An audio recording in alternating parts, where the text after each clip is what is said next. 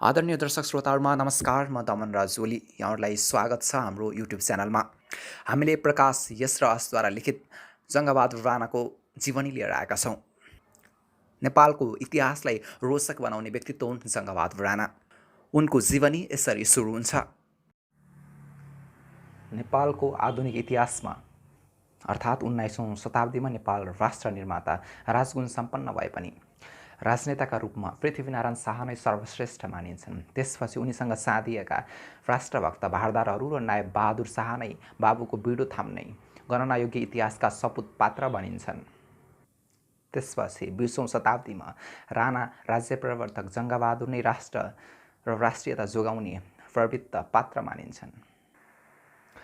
जङ्गबहादुरको जीवनीमा गुण अवगुणको अवलोकन गर्दा आचार्य कौटिल्यले राजकुमारहरूको शिक्षा दीक्षा तालिम प्रसङ्गमा जुन जुन दुर्गुणबाट अर्थात् व्यसन कुलतबाट जोगाउनुपर्छ भनेर लेखेका छन्, जङ्गबहादुरमा ती सबै व्यसन कुलतहरू परिपूर्ण रूपमा थिए।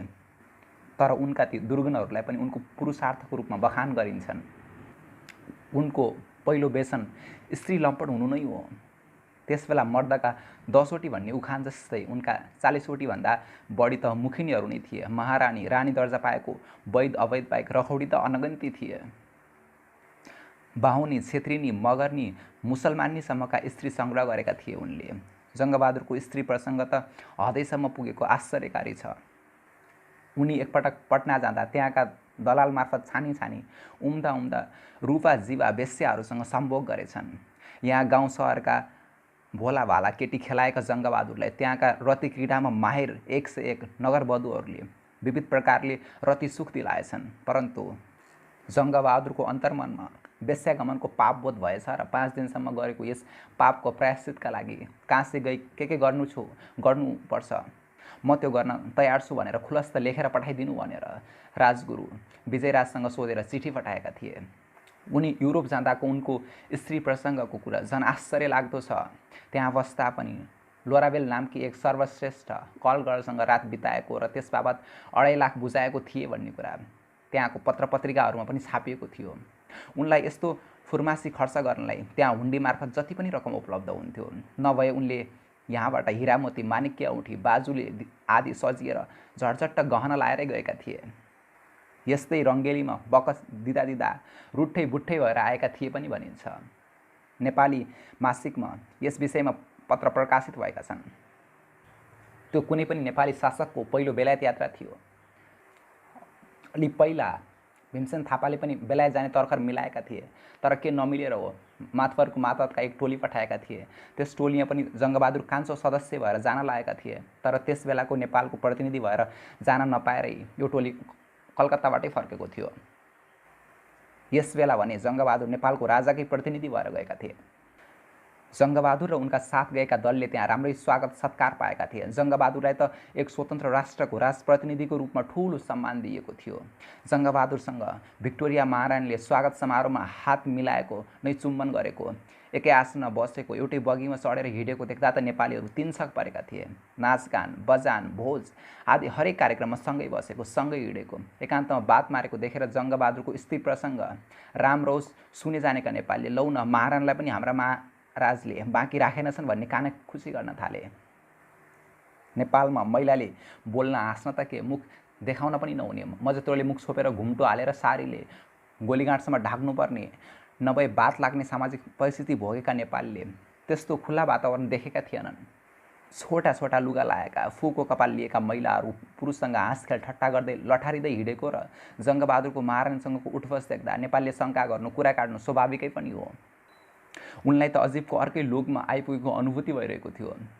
नेपालीको चालडाल, चालचलन, लवाई खुवाई र टेम्स नदीमा गएर बिहानै लगौटी मात्र लगाएर नाङ्गै अरगङ्गे काशी भन्दै खलमल नुहाएको देख्दा त्यहाँका स्त्री पुरुषहरू पनि चकित भएर रमिता हेर्थे।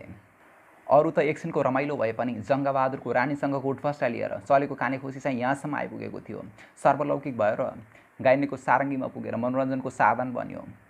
महाराजले महारानीमा वीर्यदान दिनुभयो। महाराज अल्बर्टले जन्म लिनुभयो।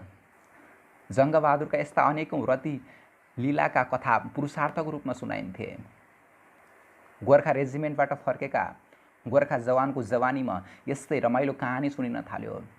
गोर्खाली सुरवीर जस्तै छोरो पाउन अभिलाषा लिएका मिमहरू गोर्खा नौजवानबाट गर्भदान लिन लालायित हुन्थे अरे। यो कहानी फसीसम्म पनि पूर्व सैनिकहरूबाट सुनिन्थ्यो। यो त जङ्गबहादुरको काम व्यसन भयो। अर्को मृग व्यसन पनि उस्तै हदैसम्म पर पुगेको थियो। उनी शिकार खेल्दै बेलायत पुगेका थिए। फर्केर आउँदा तराईको शिकार खेल्दै आएका थिए। उनी प्राय वर्षेनी तराईको जङ्गलमा सजधजसँग शिकार खेल्न जान्थे। उनी कैलाली कञ्चनपुर पूर्वदेखि झापा भद्रपुरसम्मको जम्मै जङ्गल शिकार खेल्न पुगेका थिए। मर्ने बेलामा पनि शिकार खेल्दा खेल्दै सर्लाहीको जङ्गलमै बितेका थिए। उनी बेलायत जाँदा धेरै दिनरात जहाजमै बिताउनु पर्थ्यो। रात त सुतेर बित्थ्यो, तर दिन कसरी गुजार्ने? कि त पासा खेल्नु पर्यो, कि त शिकार खेल्नु पर्यो, कि पानीमा माछा मार्नु पर्यो, कि आकाशमा उडेका चरा मार्नु पर्यो। सजिलो चाहिँ उड्दो चरोमा तारो हान्नुहुन्थ्यो। जहाँसम्म बसेका केही अङ्ग्रेज जङ्गबहादुरका बिचमा उड्दो चरो खसाल्ने बाजी पर्यो। कसैले पनि चरो खसाल्ने सकेनन्, तर जङ्गबहादुरले उड्दैको चरो फत्रकै खसालिदिए। अनि त्यति बेला जङ्गबहादुरको वाहवाही चल्यो। उनको अर्को व्यसन वा कुलत लागु पदार्थ सेवन हो। उनी त्यसै बेला नेपाल चीन भोटका भारदारहरूमा यस्तो केही न केही कुलत हुने गर्थ्यो। त्यसबेला यस्ता कुलतमा गाँजा, सुर्ती, बिडी, तमाखु र जाँड रक्सी नै हुन्थे। धार्मिक रूपले निषिद्ध जाँड रक्सी प्राय खाँदैनथे। नेवार कन्या ल्याएका र तन्त्र मन्त्रमा लागेका हुँदा प्रताप सिंह शाह रक्सी खान्थे। रणबहादुर शाह जोगी भएको हुनाले शिवबुटीमा अम्मली थिए। उनका गाँजा मोलिदिने, सुल्पा तान्ने, साथ दिने भीमसेन थापा उनका साथी सङ्गता थिए भनिन्छ। तर जङ्गबहादुरको लत चाहिँ अफिम खाने थियो। उनका सङ्गतले केही अरू पनि अफिन्सी हुँदा हुन्। जङ्गबहादुरको जेसुकै कुरामा पनि हदैसम्मको सामर्थ्य पुगेको देखिन्छ।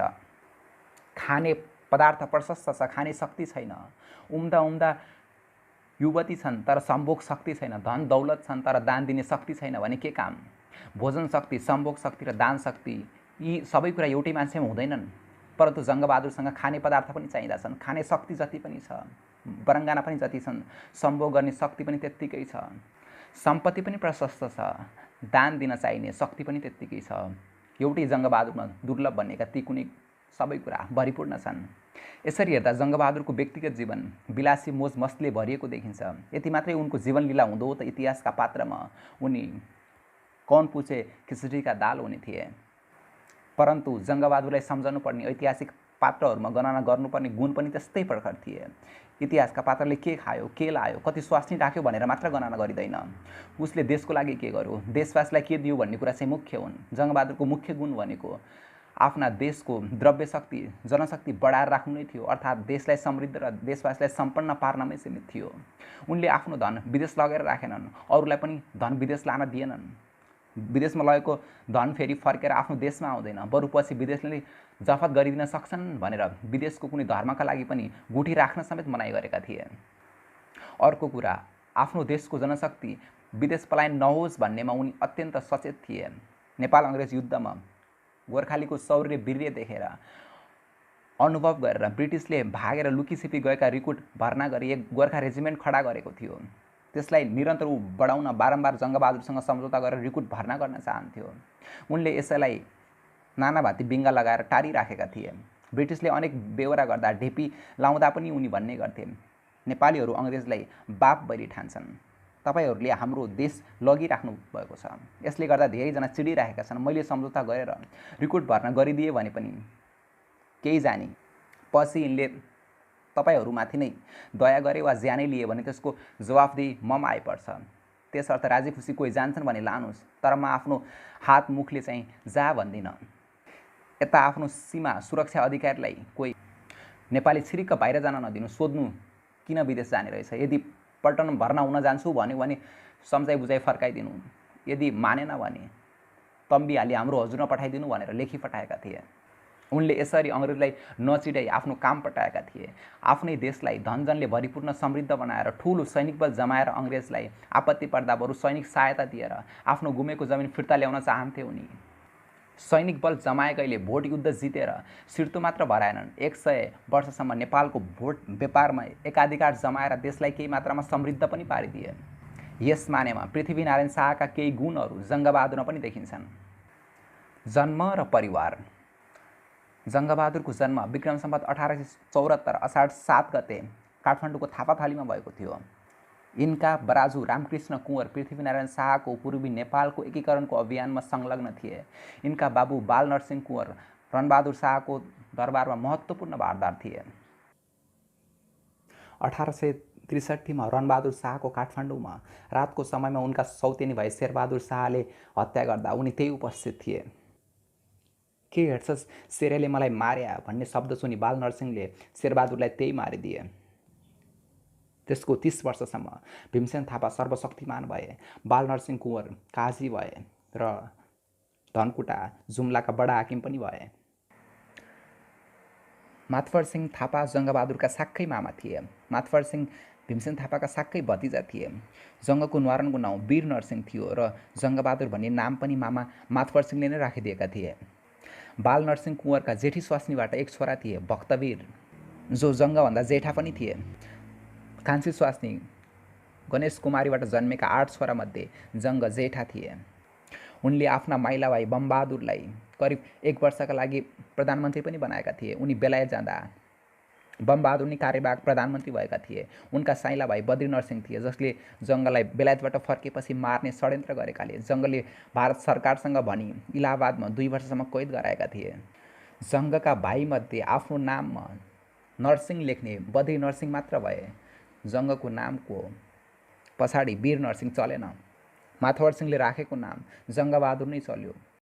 जसले सो नाम राखेका थिए उनकै हत्या 28 वर्षपछि जङ्गले गरेका थिए। फारसी भाषामा लडाइँलाई जङ्ग भनिन्छ। भारतमा मुसलमानहरूको आक्रमण भएपछि फारसी, तुर्की र अरबी भाषाका धेरै शब्दहरू प्रचलित भए र जङ्गबहादुर पनि त्यस्तै शब्द हो। जङ्गबहादुरपछि आफ्नो नामको पछाडि जङ लेख्ने चलन जङ्ग सन्ततिले गरे। जगतजङ, पद्मजङ जस्तो यस्तै चलन धीर शमशेरका सन्ततिले पनि आफ्नो नामको पछाडि जबरा लेखेर अझै गरिरहेका छन्। जङ्गबहादुर राणा। जङ्गका काइला भाइ कृष्णबहादुरलाई पनि जङ्गले केही महिनासम्म कार्यवाहक प्रधानमन्त्री बनाएका थिए। ठाइला भाइ रणोदेव सिंह जङ्गपछि प्रधानमन्त्री र श्रीदिन महाराज भए। ठुला कान्छा भाइ जगत शमशेर थिए। जङ्गका सबभन्दा कान्छा भाइ धीर शमशेर थिए, जसको घरमा बोलाउने नाम सान्ना नै थियो। उनी जङ्गभन्दा 9 वर्ष कान्छा थिए र उनका मन परेका भाइ थिए। जङ्गका भाइहरूमध्ये सबभन्दा धेरै छोराहरू 17 जना यिनकै थिए। रणदेव सिंहको विक्रमसम्वत 1942 माघ 9 गते हत्या भएपछि 65 वर्षसम्म राणा शासन चलाउने धीर शमशेरकै छोरा नातिहरू भए। जङ्गका छोरा नातिलाई प्रधानमन्त्री बन्ने रोल क्रमबाट हटाइयो। केहीको हत्या भयो र धेरै जसोले भारतमा निर्वासित जीवन बिताउनु पर्यो। जङ्गका अरू भाइका छोराहरूलाई पनि 42 सालपछि प्रधानमन्त्री बन्ने रोल क्रमबाट वीर शमशेरले हटाए। अझैसम्म पनि धीर शमशेरका सन्ततिले आफ्नो नामको पछाडि जङ्गबहादुर राणा भन्ने शब्द लेखिरहेका छन्।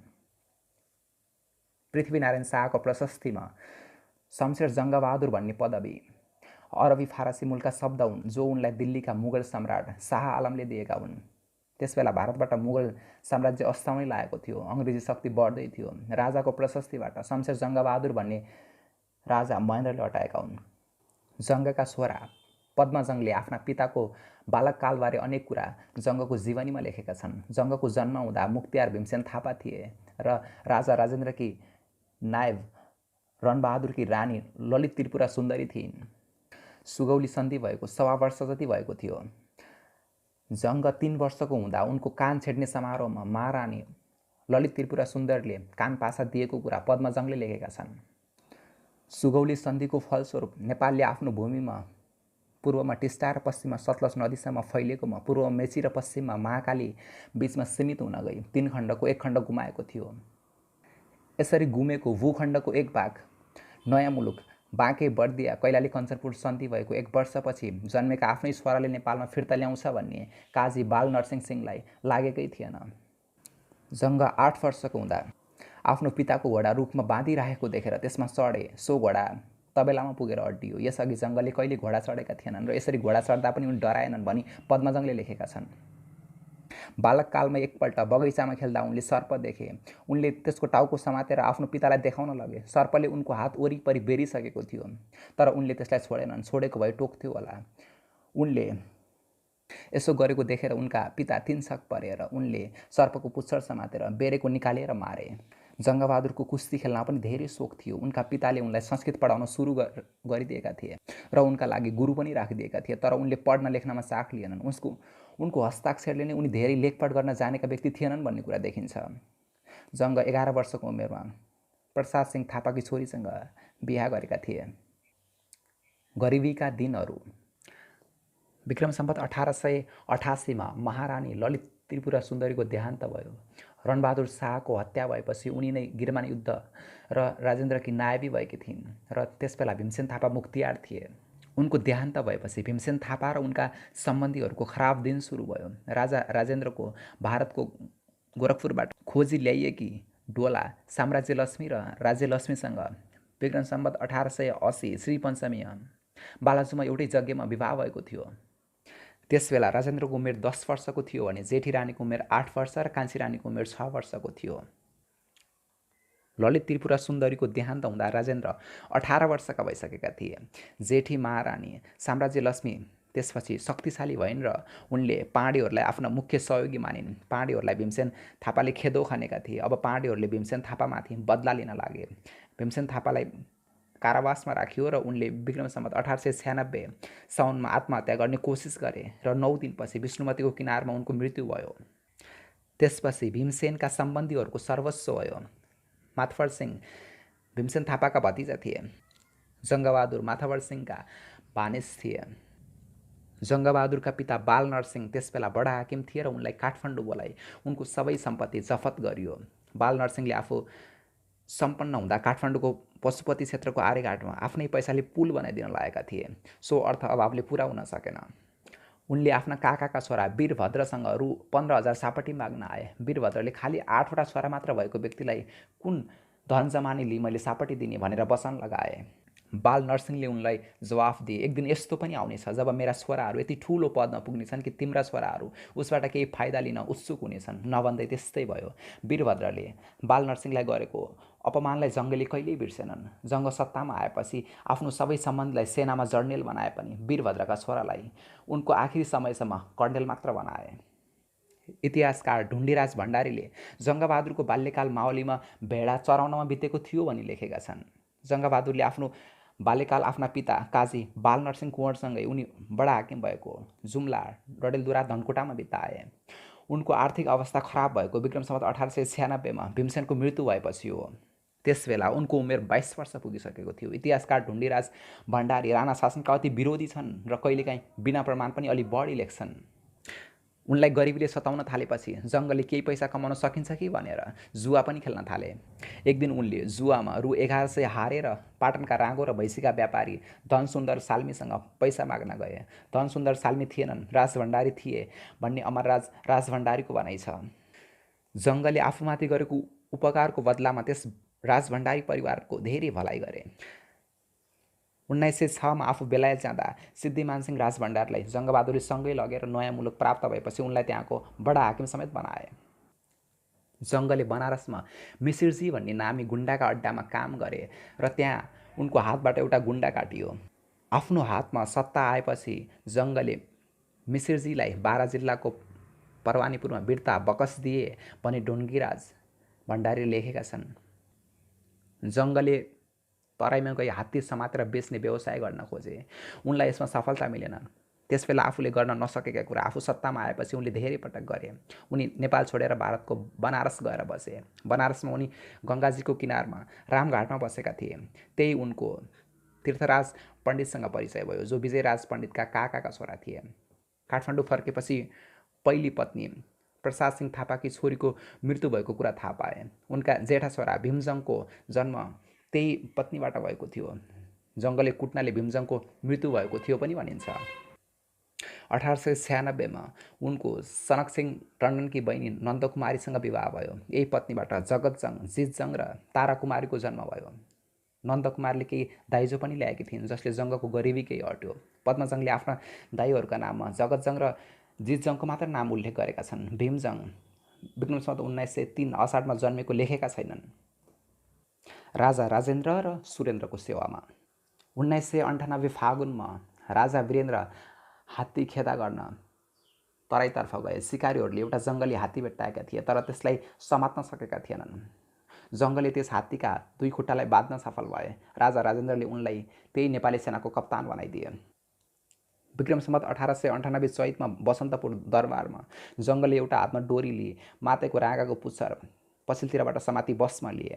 त्यसको केही महिनापछि काठमाडौँ भएको आगलागीमा जङ्गलले एउटा आइमाई र उनकी 6 वर्षकी छोरीको उद्धार गरे।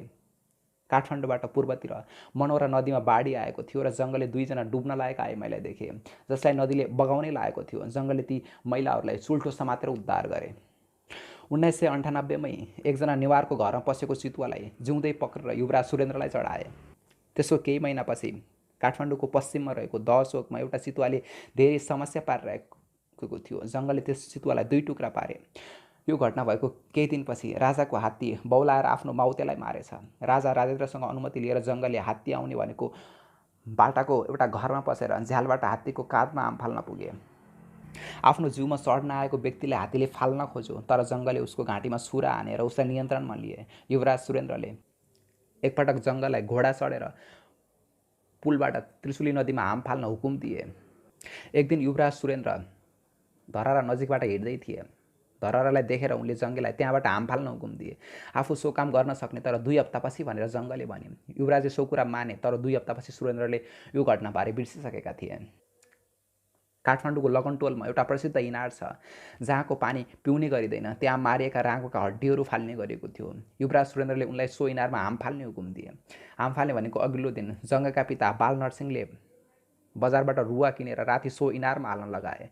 भोलिपल्ट जङ्गलले इनारमा हाम फाले। उनको दाहिने खुट्टामा केही चोट लाग्ने बाहेक उनलाई केही पनि भएन। उनी जिउँदै निस्के। खुट्टामा लागेको चोटले उनलाई पछिसम्म दुःख दिइराख्थ्यो। 1898 कार्तिकमा युवराजका कार्यालयबाट जङ्गललाई राजा राजेन्द्रको अङ्गरक्षकमध्ये एक बनाई सरुवा गरियो। त्यसपछि उनलाई कुमारी चोक अड्डामा सरुवा गरियो। कोत पर्वको तयारी। 1898 असोजमा जेठी महारानी साम्राज्यलक्ष्मीको स्वर्गवास भएपछि राज्यलक्ष्मी शक्तिशाली भइन्। उनले आफ्नो महत्त्वाकांक्षा पुरा गर्ने वातावरण बनाउने तयारी गर्न थालिन्, जुन थियो राजेन्द्रका जेठा छोरा युवराज सुरेन्द्र र उनका भाइ उपेन्द्रलाई हटाएर आफ्ना छोरा रणेन्द्रलाई गद्दीको उत्तराधिकारी बनाउने। राज्यलक्ष्मीका समर्थक पाँडे भारदारहरू भएकाले उनले पाँडेहरूलाई शत्रु थापाहरूबाट आफ्नो इच्छा पुरा हुने देखिन्। त्यसबेला युवराज सुरेन्द्र पनि अनेक उत्पट्याङ काम गर्न थाले। राजा राजेन्द्रलाई भाइ भारदार, सन्त, महन्त र साधारण जनताले समेत सुरेन्द्रको स्वेच्छाचारिताको विरुद्ध उजुर गरे। राजा राजेन्द्रले चौतारिया फतेजङको सल्लाह मुताबिक 1879 पौष 3 मा प्रशासन सम्बन्धी सम्पूर्ण अधिकार कान्छी महारानी राज्यलक्ष्मीलाई दिए। त्यस्ताका मुख्तियार फतेजङ चौतारिया थिए। आफ्ना छोरा रणेन्द्रलाई उत्तराधिकारी बनाउने काम उनले फतेजङबाट हुने देखिनन्। त्यसबेला माथवर सिंह थापा भारतको सिमलामा बस्थे। उनलाई फिर्ता बोलाउने निर्णय गरिएपछि उनलाई अभयदान दिई लालमोहर पनि पठाइयो। 1900 मा उनी नेपाल आएपछि उनलाई मुख्तियार पद दिइयो। सबभन्दा पहिले उनले भारदारी सभाको बैठक बोलाउन लगाए र भीमसेन थापालाई लगाएको 20 मुद्दामा उनलाई मृत्युपछि सफाई मिल्यो। माथवर सिंह थापाले पागल भइसकेका रञ्जङ पाण्डेलाई विषपान गराई मराए। माथवर सिंह थापा लोकप्रिय र शक्तिशाली हुँदै गए। कान्छी महारानी राज्यलक्ष्मीले माथवर सिंहको सहायता लिए आफ्ना छोरालाई राजगद्दीमा राख्ने योजना बनाएकी थिइन्। सो काम गर्न माथवर सिंहले मानेनन्। माथवर सिंह अति शक्तिशाली भएको कुरा राजा राजेन्द्रलाई पनि मन परेको थिएन। 1902 जेठ 6 गते राति 11 बजे राज्यलक्ष्मीलाई सुल भई बिरामी भइन् भनी हनुमान ढोकामा माथवर सिंह बोलाइए। उनी कोही अङ्गरक्षक नलिई हनुमान ढोका राजदरबारमा जान लागे, तर उनको परिवारले त्यसो नगर्न सल्लाह दिए। उनको घोडाले पनि जान मानेन। बागदरबारबाट त्यहाँ पुग्न साथ पर्दामा लुकिराखेका आफ्नै साक्कै भानिज जङ्गबहादुरले गोली प्रहार गरी माथवर सिंहलाई मारे। वास्तवमा माथवर सिंहको हत्या गराउने राजा राजेन्द्र र महारानी राज्यलक्ष्मी थिए। माथवरको लास डोरीले बाँधी सडकमा खसालियो। राजेन्द्रले आफूले नै माथवर सिंहको हत्या गरेको कुरा स्वीकार गरे। 2 वर्षपछि मात्र जङ्गबहादुरले सो हत्या गरेको कुरा सबैले थाहा पाए। कोत पर्व 1903 को 16 श्राद्धको बेला थियो। दसैँको टिका आउन अझै 15 दिन बाँकी थियो। भदौको 31 गते मसान्तको दिन हुनाले मनसुन अझै सेलाइसकेको थिएन। त्यस्ताका गगनसिंह भण्डारी अति शक्तिशाली भारदार थिए र कान्छी महारानी राज्यलक्ष्मीका पक्षधर र मन परेका थिए।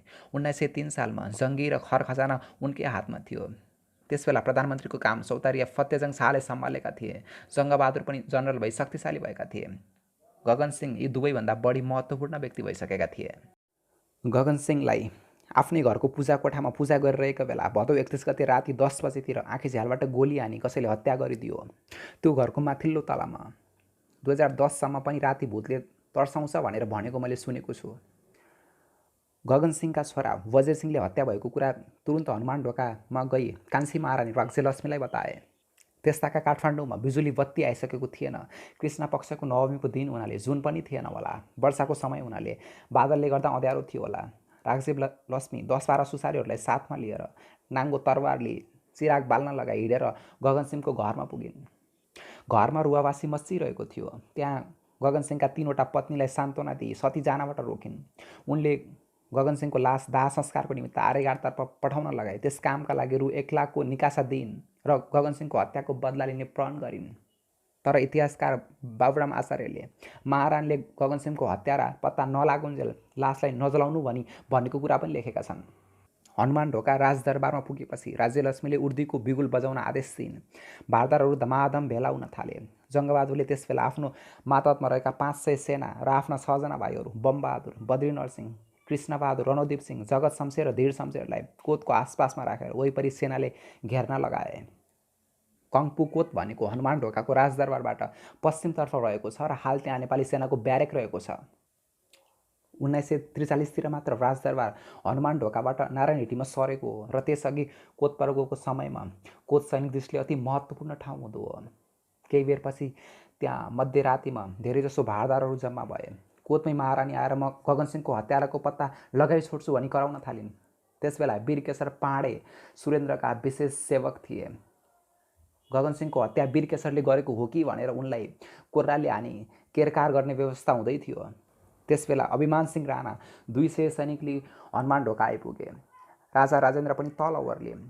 महारानीले आफ्नो रौद्र रूप देखाइरहेकी थिइन्। महारानीले वीरकेशर पाँडेलाई देखाई अभिमान सिंह राणालाई भनिन्, यसैले गगनसिंहलाई मारेको, यसलाई काट। राजा राजेन्द्र भनिए, प्रधानमन्त्री फतेजङ चौतारिया त्यहाँ नभएकाले तुरुन्त मृत्युदण्ड दिनु हुँदैन भनी आफै फतेजङलाई लिन उनको घर भएको ठाउँ हालको नारायणहिटीतर्फ गए। राजेन्द्र राति 12 बजे फतेजङको घरमा पुगे। फतेजङले आफू कोतमा जानुभन्दा अघि अङ्ग्रेजी राजदूतलाई लिई कोतमा जानु राम्रो होला भन्ने सल्लाह दिए। राजेन्द्र फतेजङलाई कोततर्फ जाँदै गर्नु म राजदूतलाई लिएर आउँछु भनी लैनचौरतर्फ लागे। लैनचौरमा अङ्ग्रेजका कार्यवाहक राजदूतले राजेन्द्रलाई भेटै दिएनन् र उनी हनुमान ढोका फर्के। त्यसबेला रातको 1:30 बजेको थियो। महारानी उनको प्रतीक्षा गरिरहेकी थिइन्। वीरकेशरलाई महारानी आफैले काट्न तयार भइन्। त्यही बेला 3 गोली आएर फतेजङ चौतारिया, दल भन्छन् पाँडेलाई लाग्यो र दुवैको तत्काल मृत्यु भयो। तेस्रो गोली अभिमान सिंह राणाको खुट्टामा लाग्यो। 3वटै गोली जङ्गबहादुरको सिपाहीले हानेका थिए भन्ने बाबुराम आचार्यको भनाइ छ। अभिमान सिंह राणा कोत बाहिर आफूले ल्याएको सेना लिई भित्र जान लागेका थिए। तर त्यही बेलामा जङ्गबहादुरको इसारामा एकजनाले उनलाई सङ्गिनले हान्यो। मर्नुभन्दा अघि उनले गगनसिंहलाई मार्ने जङ्गे हो भने। त्यसपछि कोतभित्र जम्मा भएका भारदारहरूको आत्महत्या सुरु भयो। कोत पर्वमा हत्याकाण्ड सुरु भएको बेलामा लैनचौरमा कार्यवाहक राजदूतले भेट नदिएपछि राजेन्द्र फर्केर हनुमान ढोका पुगेपछि कोतको ढोकामा पुगे, भित्र पस्न खोजे। ढोकामा विजयराज उभिराखेका रहेछन्। उनले राजेन्द्रलाई कोतमा भीषण हत्याकाण्ड भइरहेको छ, सवारी हुनु हुँदैन भनी जान रोके। तैपनि राजेन्द्र भित्र जान खोज्दा विजयराजले आफू बाटोमा सुतेर रोकिदिए। बाहुनलाई नागेर घरभित्र जान नहुने हुनाले राजा हनुमान ढोका दरबारको ढोकाबाटै फर्किए। उक्त कोत पर्वमा प्रधानमन्त्री लगायत काजी सरदार समेत गरी 32 जना मारिए, 3 जना मुडिए, 5 जना सपरिवार, 21 जना एक्लै निकालिए र 27 जना मारिए। कोतको हत्याकाण्डमा मरेका भारदारहरूको लास सुरेन्द्र र उपेन्द्रलाई देखाउनु भनी राज्यलक्ष्मीले जङ्गबहादुरलाई आदेश दिइन्। कोत पर्व भएको भोलिपल्ट 1903 असोज 1 गते महारानी राज्यलक्ष्मीबाट जङ्गबहादुरले प्रधान सेनापतिको पद प्राप्त गरे। जङ्गबहादुरले 20 असर्फी राखी रानीको अभिवादन गरे। त्यसपछि जङ्गबहादुर राजा दर्शनका लागि गए। राजेन्द्रले कसको हुकुमले यति धेरै भारदारहरू मारेको भनी प्रश्न गर्दा महारानीले राजाबाटै हुकुम चलाउने अधिकार पाएकाले भनेका थिए। कोत पर्वमा राजेन्द्रका पक्षका सबैजसो भारदार कि त मारिए कि त निर्वासित गरिए अथवा भागे। नेपालमा 104 वर्षे राणा शासन यसै पर्वपछि सुरु भएको हो। आखिर कसले गर्यो त गगनसिंहको हत्या? कुनै बेला गगनसिंह राजा राजेन्द्रका दद्दा थिए। उनको हत्या लाल झा भन्ने एक बदमासले गरेको थियो। अझै पनि तत्कालीन गगनसिंहको घरबाट कङ्केश्वरी जाने बाटाको दक्षिणतर्फको गल्लीमा लाल झाका घरमा उनका वंशजहरू बस्छन्। कसैले जङ्गबहादुरका इसाराले उनको हत्या भएको पनि भनेका छन्। तर गगनसिंहले नै लालझालाई राज्यलक्ष्मीका छोरा रणेन्द्रको सेवामा लगाइदिएका थिए। जङ्गबहादुरका भाइ बद्रीनरसिंह बराबर गगनसिंहका घरमा गइरहने हुनाले उनले नै पो गगनसिंहलाई मारेको हो कि भनेर कतिले शङ्का पनि गरे। ज्ञानमणि नेपालका भनाइअनुसार गगनसिंहलाई कुनै उपायले पन्छाउनु पर्ने कुरामा तत्कालीन मन्त्री परिषदको रायमा राजा राजेन्द्रले पनि सहमति दिए अनि गगनसिंहकै मानिस लालझालाई 3000 असर्फी दिने प्रलोभनमा उनको हत्या गराइयो। अर्का इतिहासकार त्रिरत्न मानन्दरले गगनसिंहको हत्यामा फतेजङको मुख्य भूमिका भएको लेखेका छन्। उनका विचारमा लालझाले नै उक्त हत्या गरेका थिए। कान्छी महारानीभन्दा उनी 21 वर्ष जेठा थिए। त्यसैले उनको र राज्यलक्ष्मीको बीचको अनुचित सम्बन्ध भएको कुरा सत्यको नजिक नभएको कुरा मानन्दरले लेखेका छन्। वास्तवमा यी दुईजनाको बीचको 21 वर्ष उमेर फरक हुँदैमा अनैतिक सम्बन्ध थिए होला भन्न सकिन्न। काशीमा बसेको बेलामा दलबहादुर थापा भन्ने व्यक्तिसँग राज्यलक्ष्मीको अनैतिक सम्बन्ध भएको आरोप पनि लगाइयो। भण्डारखाल पर्वपछि वाराणसीमा राज्यलक्ष्मीसँगै गएका राजेन्द्र नेपाल फर्कन्छु भनी नेपालतर्फ जाँदा सुगौलीबाट 1904 जेष्ठवदी 12मा राजेन्द्र लेखेको पत्रमा राज्यलक्ष्मीले आफूले 4 जनालाई मात्र काट्नु अथवा अन्य सजाय दिनु भनी भनेको कुरा स्वीकार गरेकी छन्। तर जङ्गबहादुर र विजयराजले झुक्क्याएर कोत पर्व गराएका थिए पनि भनिन्। वास्तवमा कोत पर्वपछि कसको हुकुमले यतिका धेरै मानिस मारिए भनी राजेन्द्रले प्रश्न गर्दा जङ्गबहादुरको स्पष्टीकरणपछि राज्यलक्ष्मीले आफ्नो छोरा रणेन्द्रलाई राजा नबनाए अरू हत्याकाण्ड पनि हुन्छ भनेपछि राजा राजेन्द्र वाराणसी जान्छु भनी सरदार भवानी सिंहसहित हिँडेका थिए। राज्यलक्ष्मीले मानिस पठाएर भवानी सिंहलाई मार्न लगाइन्। कोत पर्व हुनको मुख्य कारण राज्यलक्ष्मीको राजा राजेन्द्र र उनका जेठा सुपुत्र युवराज सुरेन्द्रलाई हटाई रणेन्द्रलाई राज सिंहासनमा राख्न खोज्नाले भएको हो। आफ्नो हुकुमको अधिकार समेत राज्यलक्ष्मीलाई सुम्पिदिने कोत पर्व भएको राति पनि राजा भएर प्रधानमन्त्रीको घरमा उनलाई बोलाउन आफै जाने र अङ्ग्रेजका कार्यवाहक राजदूतका राति आफै जाने जस्ता राजेन्द्रका कमजोरीले पनि कोत पर्व हुन पुग्यो। जङ्गबहादुरले मौकाको फाइदा लिएकै हुन्। भण्डारखाल पर्व कोत पर्व भएको 1.5 महिना जति भएको थियो।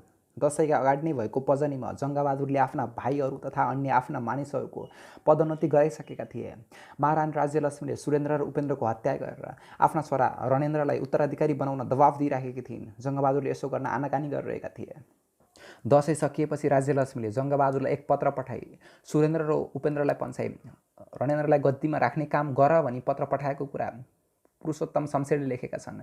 जङ्गबहादुरले यस पत्रको उत्तरमा यो काम गर्न आफ्नो असमर्थता प्रकट गरे। त्यसपछि राज्यलक्ष्मीले जङ्गबहादुरलाई नै खतम पार्ने अठोट गरिन्। 1990 को भूकम्प हुनुभन्दा अगाडि भूगोल पार्क विशाल बजार र नेपाल बैङ्कको केन्द्रीय अफिस पनि हनुमान ढोका राजदरबारभित्रै पर्दथे। यस ठाउँलाई भण्डारखाल भनिन्थ्यो। राज्यलक्ष्मीले यसै ठाउँमा जङ्गबहादुर र उनका भाइहरूलाई खाना बोलाउने र त्यही हत्या गर्ने षड्यन्त्र गरिन्। सो काम 1903 कार्तिक 17 गते गर्ने निर्णय भयो। यस षड्यन्त्रमा धेरैजसो बस्नेतहरू सम्मिलित थिए। वीरध्वज बस्नेतलाई प्रधानमन्त्रीको पद दिइने भएको थियो। गगनसिंह भण्डारीका छोरा उजिर सिंह भण्डारी पनि यसमा सम्मिलित भए। अर्का सम्मिलित गराएका व्यक्ति थिए विजयराज, जसले कोत पर्वको मारकाट भइरहेका बेला राजेन्द्रलाई कोतभित्र जानबाट रोकेका थिए। उनी को थिए र भण्डारखाल पर्वमा के भूमिका खेले भनी बुझ्न उनको पृष्ठभूमि जान्न आवश्यक छ। विजयराजका जिजु बराजु गौरीश्वरले राजा नरभूपाल शाहलाई मन्त्र सुनाएका थिए। पृथ्वीनारायण शाहका पालामा गुरु बन्ने मौका यिनलाई अथवा यिनका सन्तानलाई मिलेन। गौरीश्वरका केही सन्तान गोर्खा र तनहुँका राजदरबारमा थिए। यही वंशका प्रसिद्ध विद्वान बानी विलासलाई धर्माधिकारको पदवी मिलेको थियो।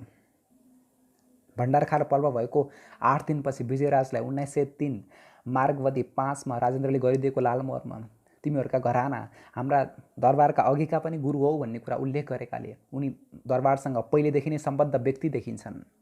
महारानी राज्यलक्ष्मीले जङ्गबहादुरलाई बोलाउन विजयराजलाई नै पठाइन्। त्यसबेला जङ्गबहादुर आफ्ना भाइ बमबहादुरको घर लगनमा बसेका थिए। एकजना इतिहासकार अनुसार जङ्गबहादुरले विजयराजसँग भेट गर्नासाथ उनले डराएर षड्यन्त्रको कुरा बताउन थाले पनि लेखेका छन्। विजयराजले षड्यन्त्र हुन लागेको कुरा जङ्गबहादुरलाई भनिदिए। यसबाट सुरेन्द्र, उपेन्द्र, जङ्गबहादुर र सायद राजेन्द्रकै पनि ज्यान बस्यो भन्ने कुरा ऐतिहासिक तथ्य हो। बोलाउन गएका विजयराज फर्केर आउन अबेर गरेकाले महारानी राज्यलक्ष्मीले काजी वीरध्वज बस्नेतलाई नै जङ्गबहादुर कहाँ पठाइन्। त्यसबेलासँग जङ्गबहादुर सशस्त्र फौज लिई हनुमान ढोका राजदरबारतर्फ हिँडिसकेका थिए। बाटामा वीरध्वज बस्नेतको जङ्गबहादुर र उनका भाइहरूसँग भेट भयो। वीरध्वजले जङ्गबहादुरसँग कुरा गर्न खोजे। उनीसँग भेटेपछि महारानीले बोलाएको कुरा भने। जङ्गबहादुरले भने, तिमी आफै प्रधानमन्त्री भइसकेपछि मैले किन जानु पर्यो भने। जङ्गले सङ्केत गरे पछि रणमेयर अधिकारीले वीरध्वजलाई गर्दन काटी मारे। यिनै रणमेयर अधिकारीलाई जङ्गबहादुरले आफ्नो बेलायत यात्रामा 1906 सालमा सँगै लगेका थिए। राजेन्द्रले 1904 वैशाखवती 14मा सुगौलीबाट विजयराजलाई लेखेको पत्रमा वीरध्वज बस्नेताले गान्धी सम्बन्धी कुरा गर्दा ऊ समेत 12 जना मेरो हुकुमले काटिया भनेर किन भन्ने प्रश्नको उत्तर अझै भेटिएको छैन। 1903 कार्तिक 17 गते जङ्गबहादुरले भण्डारखालमा हमला गर्दा 13 जना मारिए र 17 जना भागे। महारानी राज्यलक्ष्मीलाई राजदरबारबाट निकाली मखनटोलमा नजरबन्द गरियो। महारानी आफ्ना 2 जना छोरा साथ लिए वाराणसी जाने भइन्। उनका साथमा राजेन्द्र पनि जाने भए। यस पर्वमा मारिने धेरैजसो बस्नेत हुनाले यसलाई बस्नेत पर्व पनि भनिन्छ। बाबुराम आचार्यले पछि यस पर्वपछि विजयराजले राजगुरु र यिनका दाजु तीर्थराजले राजपुरोहितको पद पाएको कुरा लेखेका छन्। तीर्थराज विजयराजका दाजु थिएनन्, उनका काकाका छोरा भाइ थिए। तीर्थराज 1903 मा राजपुरोहित भएका थिएनन्। 1905 सालसम्म पनि पुरोहित अर्जेल थिए। 1905 र 1910 को बिचमा कुनै बेला तीर्थराजले सो पदवी प्राप्त गरेका थिए। इतिहास शिरोमणि बाबुराम आचार्यले लेखेको कुरा पनि कहीँ कहीँ बेठिक हुँदो रहेछ। वाराणसी निर्वासन राजा राजेन्द्र राज्यलक्ष्मीसँगै जान्छन्। 1903 कार्तिकको भण्डारखाल पर्वमा आफ्नो रणनीति असफल भएपछि र सम्पूर्ण सत्ताबाट पदच्युत गरिएपछि तीर्थयात्रा गर्न भनी राज्यलक्ष्मी वाराणसी जाने भइन्। राजेन्द्र पनि तीर्थयात्रा गर्न राज्यलक्ष्मीसँगै जान तत्पर भए। वाराणसी जानुभन्दा अगाडि नै उनी हनुमान ढोका राजदरबारबाट निस्किएर मखनटोलमा माइला गुरुज्यू, त्यसबेला गुरुज्यू पौडेल थिएको घरमा बसिन्। जङ्गबहादुरले रणेन्द्र र वीरेन्द्रलाई राज्यलक्ष्मीसँग बनारस नगए पनि हुन्छ, तिमीहरूलाई नेपालमा नै राजकुमारले पाउने सम्मान पाइनेछ भन्दा भन्दै पनि उनीहरूले जान मन गरे। राजा राजेन्द्र आफैले पनि वाराणसी जाने इच्छा प्रकट गरे। उनको भनाइ थियो, मेरो कारणले कतिजनाको हत्या भयो, मेरा प्रजाले कति दुःख पाए। कुनै पनि राजाको भाग्य प्रजाको भाग्यसँग गाँसिएको हुन्छ। म पनि वाराणसीमा गई गङ्गाजीमा नुहाउँछु। जङ्गबहादुरले यति कुख्यात रानीसँग जान ठिक हुँदैन भन्दा भन्दै पनि राजेन्द्रले आफू नगई छाड्दिन भन्न लागे। 1903 मङ्सिरको पहिलो हप्तामा राजा राजेन्द्र र राज्यलक्ष्मीको समूह वाराणसीतर्फ लाग्यो। युवराज हिराज सुरेन्द्रलाई नायबी बनाइयो।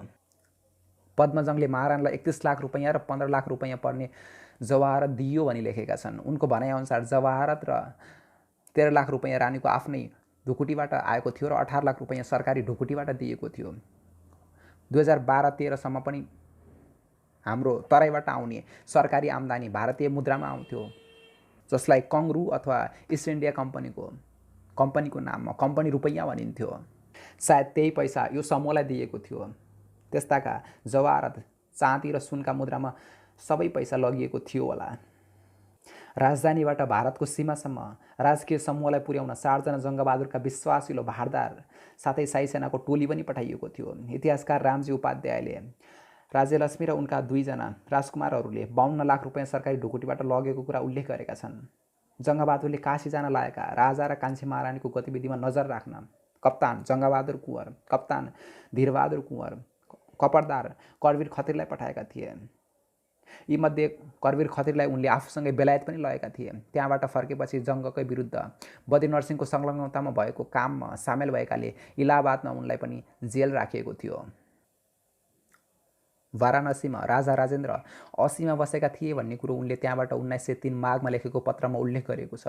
80 भनेको वाराणसीको सबभन्दा दक्षिणमा रहेको घाट हो। वाराणसी भनेको वरुणा र 80 नदीको बिचमा रहेको सहर भनी नामाकरण भएको हो। 1903 तिर सहरको केन्द्रभन्दा टाढा भएकाले त्यता घोडा, बग्गी र पाल राख्न धेरै जग्गा खाली थियो। त्यहाँ राजा राजेन्द्रको यताबाट भागेर गएका भारदारहरूसँग भेटघाट भयो। यीमध्ये चौतारिया गुरुप्रसाद शाह, काजी जागाराम पाण्डे र गुरुज्यू रङ्गनाथ पौडेल पनि थिए। यी सबैले राजेन्द्रलाई नेपाल गएर जङ्गबहादुरलाई पदच्युत गर्नुपर्छ भन्ने राय दिए। रणबहादुर शाह यसै गरी वाराणसीमा बसिसकेपछि 40 वर्ष अगाडि नेपाल फर्केर आफ्नो गुमेको राजसत्ता फेरि भेट्टाएका थिए। यस कामका निमित्त राजेन्द्रले आफूले लगेको पैसामध्ये 23 लाख रुपैयाँ खर्च गर्न दिए। 2000 सेनाको पल्टन जम्मा गर्न यिनले जसलाई पैसा दिएका थिए तिनले 4 लाख रुपैयाँ मात्र खर्च गरेर बाँकी आफै हडपे भनी पद्मजङले लेखेका छन्। वाराणसीबाट काठमाडौँतर्फ राजेन्द्र 1903 फागुनतिर हिँडेको देखिन्छ। पद्मजङको भनाइअनुसार जङ्गबहादुरले राजेन्द्रलाई चाँडै फर्कने पत्र लेखेका थिए, तर राजेन्द्रले रानीसँग फर्कन पाए मात्र फर्कन मान्ने भनी लेखे। यस कुरालाई जङ्गबहादुर मान्न तयार थिएनन्। वास्तविकता यसभन्दा फरक देखिन्छ भन्ने कुरा राजेन्द्रले वाराणसी र नेपाल जाने बाटाबाट विजयराजलाई लेखेको 4वटा पत्रबाट स्पष्ट हुन्छ। राजेन्द्रको तेस्रो विवाहको कुरा 1904 वैशाखमा राजेन्द्रले सुगौलीबाट लेखेको पत्रमा मेरो विवाहको उद्योग होस् भनी लेखेकाले उनको तेस्रो बिहेका लागि पनि कुरा चलेको देखिन्छ। राज्य लक्ष्मीसँगै नेपाल फर्कने इच्छा भए उनले किन त्यस्तो लेख्थे? उनले त्यहाँबाट फर्कने बेलामा सेना जम्मा गरी राजेन्द्रले जङ्गबहादुरलाई हटाउने कोसिस नगरेको भए र नेपाल फर्की अर्को बिहे गर्न सकेको भए उनको हातबाट सत्ता पनि जाँदैनथ्यो होला र जङ्गबहादुर पनि त्यति शक्तिशाली हुन पाउँदैनथ्यो होला। 1903 माघ र 1904 वैशाख बीच लेखेका 4वटा पत्रमा राजेन्द्रले कान्छी महारानी राज्यलक्ष्मीको कतै उल्लेख गरेको देखिँदैन। 1903 चैतमा वाराणसी छोडेर नेपालतर्फ रवाना हुँदा राजेन्द्रको उमेर 33 वर्षको थियो। वाराणसीमै बसेकी राज्यलक्ष्मीको उमेर 29 वर्ष, दुई छोरा रणेन्द्र र वीरेन्द्रको उमेर क्रमशः 14 र 10 वर्षको थियो।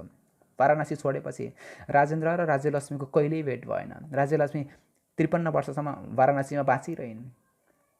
नेपालमा राजेन्द्रले 34 वर्षसम्म नजरबन्द भई बस्नु पर्यो। यसरी नजरबन्द हुँदा उनको उमेर 34 वर्षको थियो। 1938 असाढ 30 गते स्वर्गवास हुँदा उनको उमेर 68 वर्ष थियो। अलौ पर्व उनले पनि रणबहादुर शाहले 44 वर्ष अगाडि कसरी नेपाल फर्की सत्तामा फेरि आउन सकेका थिए भन्ने कुरा बुझी आफूले पनि त्यसै गर्न सकिएला भन्ठाने। तर उनले 1904 वैशाखको अन्त्यसम्म पनि के गर्ने भनी निधो गरिसकेका थिएनन्। सुगौलीबाट राजेन्द्र वैशाखमा नै वाराणसीमा राज्यलक्ष्मी कहाँ कोत पर्वका बारेमा केही प्रश्न गरी पत्र पठाउँछन्। साथै जङ्गबहादुरले पठाएको अर्जीको नक्कल पनि पठाउँछन्। उनले आफूले वीरकेशर पाण्डेलाई मार्न, मातवर सिंहको आमाको नाक काट्न र 2 बाहुनलाई मुड्न हुकुम दिएको कुरा स्वीकार गर्छिन्। कोत पर्व आफूले गराएको भनी स्वीकार गरेकी छैनन्। गगन सिंहलाई कसले मारेको हो भन्ने बारेमा लाल झाले मारेर ऊ मर्दछ, गगन सिंह त हुकुमले मारिएको भनी लेखेकी छिन्। राजेन्द्र नेपाल फर्कन नमानेका बेलामा जङ्गबहादुरले भारदारी सभा बोलाए। यसरी भारदारी सभाले गरेको निर्णयअनुसार अब उपरान्त हामीहरू प्राइम मिनिस्टर एवं कमान्डर इन चिफ जङ्गबहादुरको आज्ञाअनुसार मात्र काम कारबाहीहरू गर्नेछौँ। हजुरको हुकुमअनुसार काम गर्न असमर्थ छौँ भन्ने पत्र राजेन्द्र कहाँ पठाइयो। यसपछि राजेन्द्रले भारदारी सभाका सदस्य र 17 पल्टनलाई जङ्गबहादुर र उनका भाइहरूले कैद गरी नेपाल भारत सीमामा रहेको कटरवनसम्म आफूलाई लिन आउनु भनी पत्र लेखे। पत्रवाहक 2 जना सिपाहीहरूलाई 1904 वैशाख 4 गते गिरफ्तार गरी जङ्गबहादुर अगाडि ल्याइयो। यी दुवैलाई 15 दिनसम्म जुत्ताले हानी मार्न लगाइयो। यस घटना भएको अर्को दिन भोलिपल्ट भारदारी सभाको बैठक बोलाइयो। भारदारी सभाका सदस्यले राजेन्द्रलाई राजच्युत गरे। सुरेन्द्रलाई श्री 5 महाराज धिराज बनाउने प्रस्ताव पारित गरे। 1904 वैशाख 31 गते र श्री 5 सुरेन्द्रको राज्यावरण भयो। भारदारी सभाका तर्फबाट राजेन्द्रलाई पठाइएको जानकारी पत्रमा पाण्डेहरूसँग मिली भीमसेन थापा जस्तो योग्य मन्त्रीको अन्त्य गराएको, थापाहरूलाई प्रयोग गरी पाण्डेहरूलाई नै खत्म गराएको र मातवर सिंहको हत्या पनि गराइएको भन्ने आरोप लगाइएको थियो।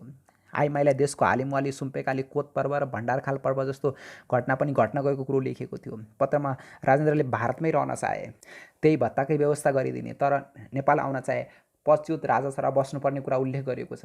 राजेन्द्र सो पत्र पाएपछि पर्सा जिल्लाको अलौ भन्ने ठाउँमा आफ्ना सैनिक लिआए। जङ्गबहादुरले सनक सिंह टन्डनका साथ माइला साहेबज्यू, उपेन्द्र र सैनिकहरू पठाए। 1904 साउन 13 गते राजेन्द्रको शिविरमाथि काठमाडौँबाट गएका सेनाले हमला गर्यो। राजेन्द्रले ल्याएको सेनाको हार भयो। कैयौँ सैनिक मारिए, कैयौँ भागे। हात्तीमा चढी भारतको सुगौलीतर्फ जान लागेका राजेन्द्रलाई पक्रिएर भक्तपुरको राजदरबारमा नजरबन्द गरी राखियो। यो लडाईँ अलौमा भएको हुनाले यसलाई अलौ पर्व भनिन्छ। श्री 5 राजेन्द्रसँग 6 वर्षको उमेरमा विवाह भएपछि 27 वर्षको उमेरमा आफ्नी सौता साम्राज्य लक्ष्मीको 1898 देहान्त भएपछि 24 वर्षको उमेरमा शक्तिशाली बन्न पुगिन्। सन् 1902 जेठमा 28 वर्षको उमेरमा राजेन्द्रबाट राजपरिवारका सदस्य बाहेक अन्य सबैलाई सजाय गर्ने, देश निष्कासन गर्ने र पजनी गर्ने अधिकार पाएपछि उनी अत्यन्त शक्तिशाली बनिन्। कोत पर्व र भण्डारखाल पर्वपछि नेपालबाट निर्वासित हुँदा उनको उमेर 29 वर्षको मात्र थियो। केही विदेशी र स्वदेशी इतिहासकारहरूले राज्यलक्ष्मी र गगन सिंहको अनुचित सम्बन्ध थियो भनी आक्षेप लगाएका छन्। यीमध्ये वर्ल्डफिडले गगन सिंहलाई राज्यलक्ष्मीको प्रेमी भनेका छन्। फर्विसल ल्यान्डनले राजा राजेन्द्रले सुरेन्द्र र उपेन्द्रलाई बोलाई गगन सिंहलाई मारेर परिवारको इज्जत बचाउने कुरा भनेका छन्। फर्विसल ल्यान्डनलाई त चन्द्र शमशेरले नै नेपालबारे पुस्तक लेखाउन लगाएका थिए। कोत पर्वबारे उनले लेखेका कुरालाई कति प्रामाणिक मान्ने। ऋषिकेश शाहले पनि राज्यलक्ष्मी र गगन सिंहका सम्बन्धबारे लेखेका छन्। यही सम्बन्धको फलस्वरूप राजेन्द्र अथवा सुरेन्द्रले नै गगन सिंहलाई मार्न लगाएको हो कि भन्नेतर्फ सम्भावनाप्रति सङ्केत गरेका छन्। राज्यलक्ष्मी गगन सिंहभन्दा 21 वर्ष कान्छी थिइन्। बाबुराम आचार्यले पनि यी दुई बीचको उमेरमा धेरै फरक भएको कुरा लेखेका छन्। इतिहासकार त्रिरत्न पनि यस दुई बीचको अनुचित सम्बन्ध भएको कुराको सत्य नजिक नभएको लेखेका छन्। जे भए पनि आफ्ना पक्षका भारदार गगन सिंह मारिएपछि राज्यलक्ष्मीलाई धेरै चोट पुगेको कुरा चाहिँ साँचो हो। कोत पर्व र भण्डार खाल पर्वपछि 1903 माघमा राज्यलक्ष्मी बनारसीतर्फ गइन्। उनीसँगै त्यसतर्फ गएका राजा राजेन्द्र भने माघमा नै नेपालको सिमानातर्फ हिँडे र उनका छोराहरू रणेन्द्र र वीरेन्द्र चाहिँ आमासँगै बसे। राज्यलक्ष्मीबारे लेखिएका 6वटा पत्र परराष्ट्र मन्त्रालयमा भेटिएको कुरा श्री दिनेशराज पन्तले प्रकाशन गर्नुभएको छ।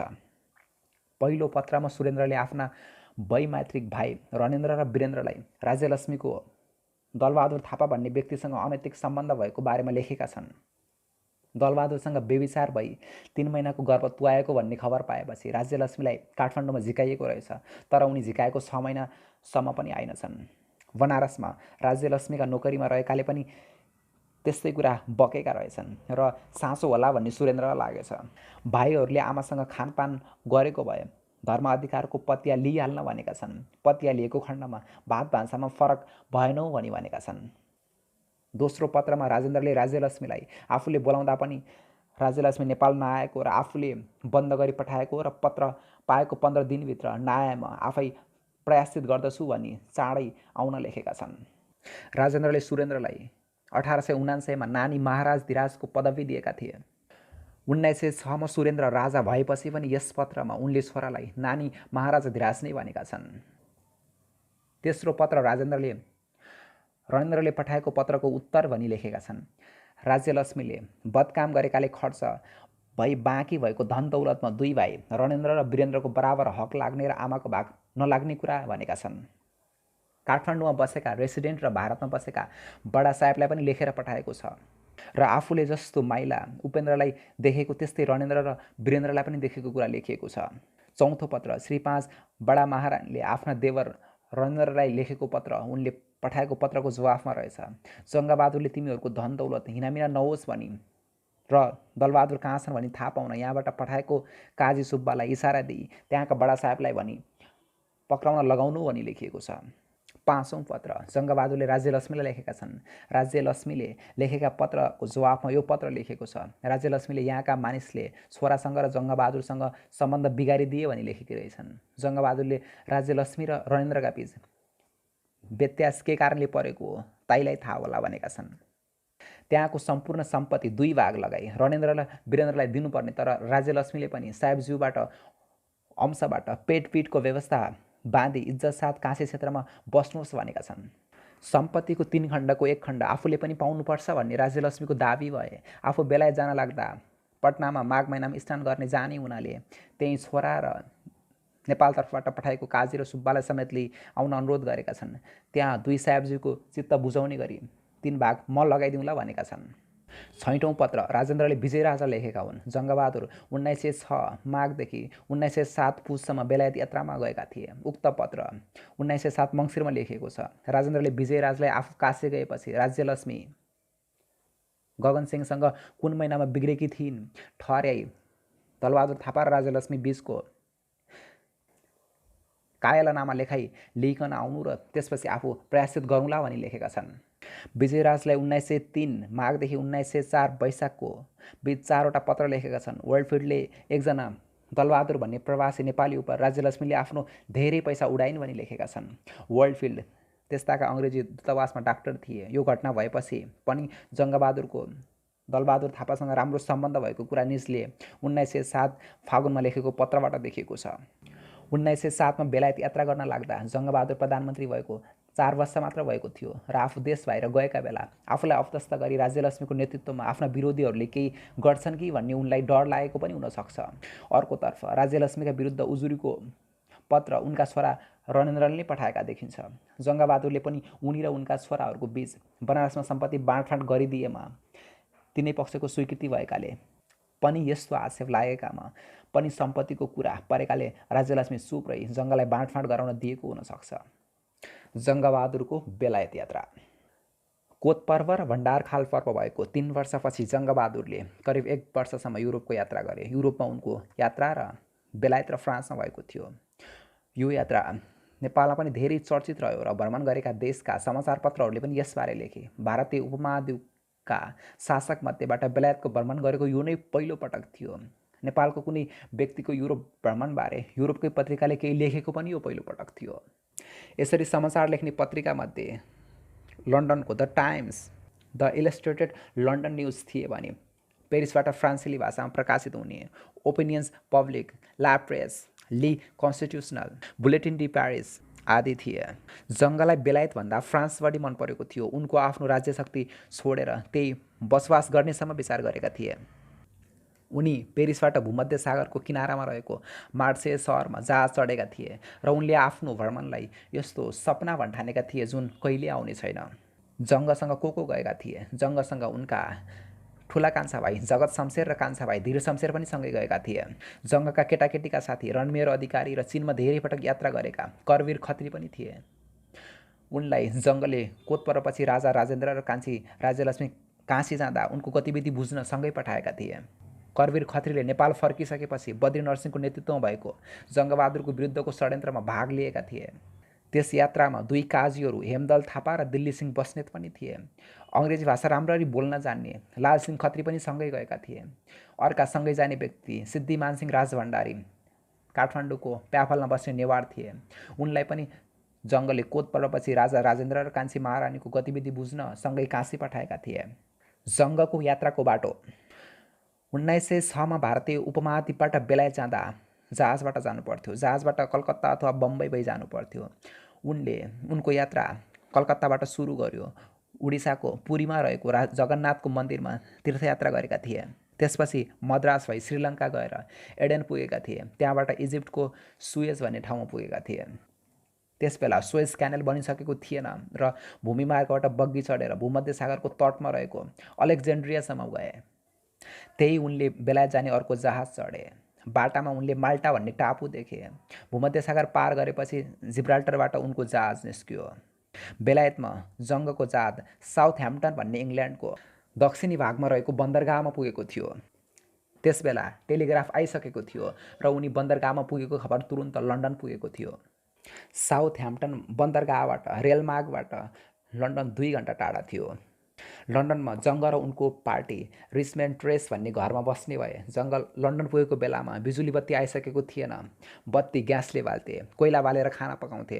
लन्डनमा जङ्गबहादुर 1907 जेठ 15 मा आइपुगे। जङ्ग आफू बेलायत बसेका बेलामा त्यहाँको संसद पनि हेर्न पुगेका थिए। ब्रिटिस संसदको अधिवेशन उद्घाटन गर्न महारानी भिक्टोरिया पनि त्यही आएकी थिइन्। उनले हिरा जडेको मुकुट पहिरेकी थिइन् र छातीमा कोहिनूर हिरा पहिरेकी थिइन्। अहिले कोहिनूर हिरा अङ्ग्रेज सम्राट अथवा साम्राज्यको मुकुटको शोभा बढाउँछ। 1907 मा जङ्ग बेलायत पुगेका ताका पन्जाबका महाराजा दिलीप सिंहबाट कोहिनूर हिरालाई अङ्ग्रेजहरूले लिएका थिए र भर्खर लन्डन आइपुगेको थियो। बेलायत पुगेपछि जङ्गले पहिलोपटक महारानी भिक्टोरियासँग 19 जुन 1850 मा सेन्ट जेम्स दरबारमा भेटघाट अथवा दर्शन भेट गरे। जङ्गसँग उनका भाइहरू पनि थिए। भोलिपल्ट दरबारमा भएको स्वागत समारोहमा रणमेर अधिकारी, काजी करवीर खत्री, काजी हेमदल थापा, लालसिंह खत्री पनि थिए। उनीहरूलाई जङ्गले महारानीसँग परिचय गराए। महारानीले तेस्रो पटक जङ्गलाई आफ्ना छोराको नामकरण गर्ने समारोहमा बोलाइन्। त्यसबेला महारानीका पति राजकुमार अल्बर्ट पनि उपस्थित थिए। महारानीले जङ्गलाई केही फलफुल खान भनिन्, तर जङ्गले चलाखीका साथ के जवाफ दिए भने राजा रानीको अगाडि खानेकुरा खाने हाम्रो देशको चलन छैन। त्यसपछि नाच सुरु भयो र महारानी आफै पनि नाचिन्। एक अर्को दिन महारानी भिक्टोरियाले युवतीको नाच हेर्न बोलाइन्। महारानीले जङ्गलाई नाच र गाना बुझ्यौ कि बुझेनौ भनी सोधिन्। जङ्गले आफूले चराहरूले गाएको गीत जस्तो नबुझे पनि सुन्न रमाइलो लाग्यो भनेर भने। यस्तो जवाफ पाएर महारानी पनि खुसी भइन् र जङ्गलाई हाजिर जवाफ पनि भनिन्। 1906 भदौ 6 मा जङ्ग महारानी भिक्टोरियासँग बिदाबारी भए। त्यसको 6 दिनपछि जङ्ग बेलायतबाट फ्रान्सतर्फ लागे। त्यसबेला फ्रान्समा गणतन्त्र थियो र त्यहाँ विश्व प्रसिद्ध नेपोलियनका भतिजा लुई नेपोलियन राष्ट्रपति थिए।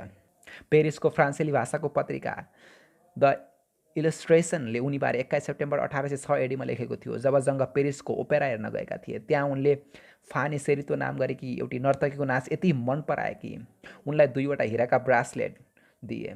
ओपेरामा अर्को नाच हेरिसकेपछि जङ्गले सुनका गिन्नी नर्तकीहरूलाई बाँडे।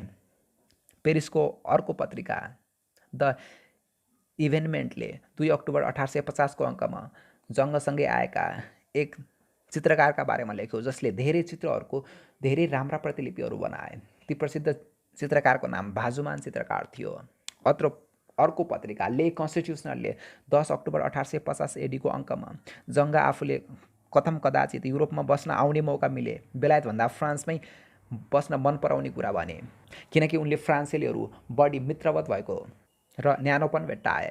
अङ्ग्रेजहरू भने बढी औपचारिक थिए। पेरिसमा बस्दा जङ्गले लोला मोन्टेस नाम गरेकी अत्यन्त सुन्दरी महिलासँग भेटे। तिनी भारतमा केही वर्ष बसेकी हुनाले हिन्दी पनि बोल्न सक्थिन्।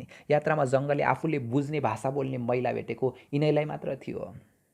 जङ्गले लोलालाई सुनको लुगा उपहार दिए। जङ्गलाई पेरिस सहरमा सरकारका मानिसले घुमाइदिए। पेरिस सहरबाट 64 किलोमिटर पूर्व रहेको फोन्टेब्लोको दरबारमा पनि उनी घुम्न गए। पेरिसको नजिकै भर्साइलको दरबारमा पनि उनी घुम्न गए। फ्रान्सका राष्ट्रपतिले जङ्गलाई केही कुरा हेर्ने इच्छा छ कि भनी सोधे। जङ्गले फ्रान्सका 1 लाख सिपाहीहरूको परेड हेर्ने इच्छा व्यक्त गरे। फ्रान्सका राष्ट्रपतिले जङ्गलाई 50,000 सेना र घुडसवारको परेड 25 सेप्टेम्बर 1850 मा देखाए। लुई नेपोलियन तृतीयले उनलाई एक तरवार उपहार दिए जुन अझसम्म पनि काठमाडौँ छाउनीको म्युजियममा रहेको छ। पेरिस छोड्ने बेला उनी बसेको होटलमा होटलका कर्मचारीसँग झगडा पनि पर्यो। पैसाको कुरा नमिल्नाले मुक्का हानाहान समेत भयो। उनी पेरिसमा 40 दिन बसेपछि रेलमार्गबाट फ्रान्सको दक्षिणमा रहेको मार्सेय बन्दरगाहसम्म यात्रा गरे। जङ्गको जहाजी एडेनको बाटो गरी 40 दिनपछि बम्बई पुग्यो। त्यसपछि जङ्ग तीर्थयात्रा गर्न द्वारिका र रामेश्वर गए। उनी श्रीलङ्काको कोलम्बोमा पनि गए। त्यसपछि उनी बनारस गए जहाँ उनले दक्षिण भारतको कुर्ग राज्य, हाल कर्नाटक राज्यमा रहेको कि पूर्व राजाकी छोरीसँग विवाह गरे।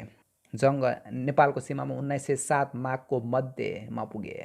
बेलायत यात्रामा उनी रानी भिक्टोरिया कहाँ नेपालका राजा सुरेन्द्रको राजदूत भएर गएका थिए। मुलुकी ऐन लागू हुँदा 1910 पुस 7 गते जङ्गले नेपालको पहिलो मुलुकी ऐन प्रचलनमा ल्याए। 2021 सम्म राजा महेन्द्रले नयाँ मुलुकी ऐन बनाइ लागू नगरुन्जेल 110 वर्षको अवधिमा यसमा निकै पटक संशोधन गरिए पनि यो नै नेपालको पहिलो मुख्य कानुन रहिरह्यो। 2007 मा नेपालमा प्रजातन्त्र आए पनि मुलुकी ऐनमा लेखेका धेरै भेदभावपूर्ण व्यवस्थाहरूलाई हटाउन धेरै समय लाग्यो। त्यस बेलासम्म 1910 को मुलुकी ऐनमा उल्लेख गरिएको सती प्रथा र दास प्रथा चन्द्रशमशेर प्रधानमन्त्री हुँदा निषेधित भइसकेका थिए। 1910 मा नै कुन अवस्थामा सती जान पाइन्छ, दासहरूसँग कस्तो व्यवहार गर्नुपर्छ भन्ने कुरा खुलाएर लेखिएको छ। हुन त यसअघि रामशाहका पालामा गोर्खा र जयसिद्धि मल्लका पालामा काठमाडौँ उपत्यकामा बनिएको ऐन भने तापनि सम्पूर्ण देशमा लागू हुने गरी बनेको ऐन 1910 मा बनेको जङ्गबहादुरको पालाको ऐन नै हो। यसमा विभिन्न जातिको कुरा पनि छ। उपाध्याय बाहुनले विधवासँग विवाह गरेर जैसी भए जस्तै हलो जोतेर पनि जैसी हुन्थे भन्ने कुरा पनि यसमा उल्लेख छ। यसमा 219 जनाले हस्ताक्षर गरेका थिए। तीमध्ये धेरैजसो पहाडे क्षेत्री बाहुन थिए, 30 जना त राणा नै थिए, 100 जना क्षेत्री थिए, 30 जना बाहुन थिए भने 8 जना नेवार, 3 जना गुरुङ, 60 जना मगर र 60 जना तामाङ तथा अन्य जातिका थिए। यसमा स्वीकृति दिने मध्ये लालमोहर लगाउने राजा सुरेन्द्र, महाराजा धिराज, युवराज बलेट, महाराज त्रैलोक्य र सिन्दुर मोहर लगाउने पूर्व राजा राजेन्द्र पनि थिए। जङ्गका भाइहरूमध्ये बमबहादुर, कृष्णबहादुर, रणोदीप, जगत शमशेर र धीर शमशेर पनि थिए। धीर शमशेरको नाम सनकसिंह खत्रीपछि राखिएको छ। जङ्गका छोराहरूमध्ये जगतजङ, भीमजङ र जितजङको नाम छ। जङ्गका साइला भाइ बद्री नरसिंहले जङ्ग विरुद्ध षड्यन्त्र गरेकाले होला उनको नाम छैन। त्यसपछि जङ्गका भतिजा केदार नरसिंहको नाम छ। त्यसपछि रणशेर शाहको नाम छ। बडा गुरुज्यू विजयराज र उनका पुत्र नगेन्द्र राजको नाम छ। मुलुकी ऐनमा समुद्र पार यात्रा गरेर फर्किएपछि पत्या लिनुपर्ने व्यवस्था गरिएको छ। जङ्गबहादुर करिब 1 वर्ष बेलायतपछि स्वदेश फर्कनु अगाडि रामेश्वर, द्वारका जस्ता तीर्थस्थलमा पूजापाठ गरेका थिए। Caste hierarchy and state in नेपालको भूमिका लेखक डाक्टर प्रयागराज शर्माले जार काट्न पाउने व्यवस्था मुलुकी ऐनमा भएको लेखेका छन्। जार भन्नाले अर्काकी स्वास्नीलाई आफ्नी स्वास्नी बनाउनु हो। साधु जसकी स्वास्नीलाई अरूले भगाएर लैजान्छ। जारलाई जार काट्न पाउने व्यवस्था मुलुकी ऐनमा गरिएको छ। कसैले आफ्ना स्वास्नीलाई सम्भोग गर्न लागेको देखेमा हत्या गरी त्यसको सूचना सरकारलाई पछि दिए मात्र पुग्थ्यो। यस्तो अधिकार ठकुरी, छेत्री, मगर, गुरुङ र सुनवारलाई मात्र दिएको थियो। अन्य जातिले भने जारीको निमित्त भनी केही रकम प्राप्त गर्दथे। जङ्गबहादुर आफैले रानी सिद्धि गजेन्द्र लक्ष्मीलाई जारी गरी ल्याएका थिए र जङ्गले जारी समेत तिरेका थिए। उनीबाट रणवीर जङ्ग भन्ने योग्य छोरा जन्मे, जसलाई उनले प्रधानमन्त्री हुने रोल क्रममा समेत राखे। मुलुकी ऐन लागू हुनुभन्दा अगाडि केही अपराधमा अपराधीको अङ्गभङ्ग हुने गरी सजाय पाउँथे। मुलुकी ऐन बनेपछि यस्तो परम्परा समाप्त भयो। 1910 को मुलुकी ऐनले नेपालका विभिन्न जातीय समूहहरूको परम्परा र रिवाजबारे लेखेको छ। मुलुकी ऐन तर्जुमा गर्ने आवश्यक योजनाको जिम्मा जङ्गबहादुरले 2 जना लोकपति र लेखापति भन्ने संस्कृतका विद्वान मैथिल ब्राह्मणलाई दिएका थिए। कसरी जङ्गबहादुर श्री 3 महाराज बने? विक्रम सम्वत 1913 साउनमा ब्रिटिस रेसिडेन्टले पनि राजगुरु विजयराजलाई उक्साएर जङ्गबहादुरलाई मिर जाफर बनाउन अन्तिम प्रयत्न गरेको अनुमान हुन्छ। ज्ञानमणि नेपालले जङ्गबहादुरले आफ्ना भाइ छोरालाई दिएको उपदेशबारे लेखेका छन्। विदेश नीतिमा अङ्ग्रेजलाई नचिटाउनु र घरमा राजालाई मानिराख्नु। यस कुरामा ध्यान दियो भने तिमीहरूले यो राज्य थामिराख्छौ। जङ्गले आफ्नो पदबाट राजीनामा गरे। वास्तवमा उनको राजीनामा एउटा नाटक थियो जस्तो देखिन्छ। बनावटी घटना कि नाटक? जङ्गबहादुरका छोरा पद्मजङले लेखेको उनको जीवनीमा राजगुरु विजयराजको नेतृत्वमा केही भारदारका दलले उनका दरबारमा गएर भेटे र देशको हितका लागि उनलाई गद्दी सम्हाल्ने अनुरोध गरियो। यसरी उनले गद्दी ग्रहण गर्न नमानेपछि उक्त दलले कास्की र लमजुङको महाराज बन्न अनुरोध गर्यो, जुन कुरा उनले मन्जुर गरे भनी लेखिएको छ। राणा शासनकालमा राजपरिवार र राणाहरूलाई 3 परिवारले मन्त्र सुनाई गुरु बन्न पाएका थिए। सत्याल परिवार राणाहरूले को मात्र पुरोहित थिए, राजपरिवारको थिएन। सत्यालहरूले केही राणाहरूलाई गायत्री मन्त्र पनि सुनाए। बाँकी राणाहरूलाई विजयराजको परिवारले गायत्री मन्त्र सुनाउन पाउँथे। त्यसै गरी केही राणाहरूलाई दीक्षा मन्त्र अधिकारीहरूले सुनाउँथे। बाँकी राणाहरूलाई गायत्री मन्त्र विजयराज र उनका वंशजले सुनाउँथे। राजपरिवारलाई गायत्री र दीक्षा मन्त्र सुनाए गुरु हुने अवसर राणाकालभरि विजयराज र उनका वंशजले पाएका छन्। गोर्खाका राजा रणभुपाल शाहका गुरु पनि विजयराजका पुर्खा गौरी स्वर थिए। 1903 मा जङ्गबहादुरलाई सहायता गरेर मात्र विजयराजले राजगुरु हुन पाएका होइनन्। धेरै पहिले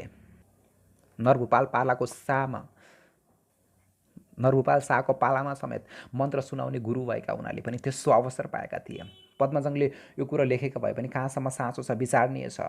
राणा शासनकालमा राणाहरू यति शक्तिशाली हुन्थे कि उनीहरूको पूर्व स्वीकृति नलिए सरकारी कर्मचारी अथवा पदाधिकारीहरूले कुनै सामाजिक वा राजनीतिक कारबाही गर्न पाउँदैनथे। विजयराजका पिता नागेश्वरलाई रणबहादुर शाहला र पितामह नारायण पण्डितलाई पृथ्वीनारायण शाहले लेखेको पत्र पठाइएको कुरा पनि उल्लेख गरिसकिएको छ। नारायणका पिता जगन्निवासले नरभुपाल शाहबारे स्तोत्र बताएका थिए र उनका पिता गौरीश्वर त नरभुपाल शाहकै गुरु थिए। विजयराजका पुर्खाको राणाहरूभन्दा राजपरिवारसँग बढी सम्पर्क थियो।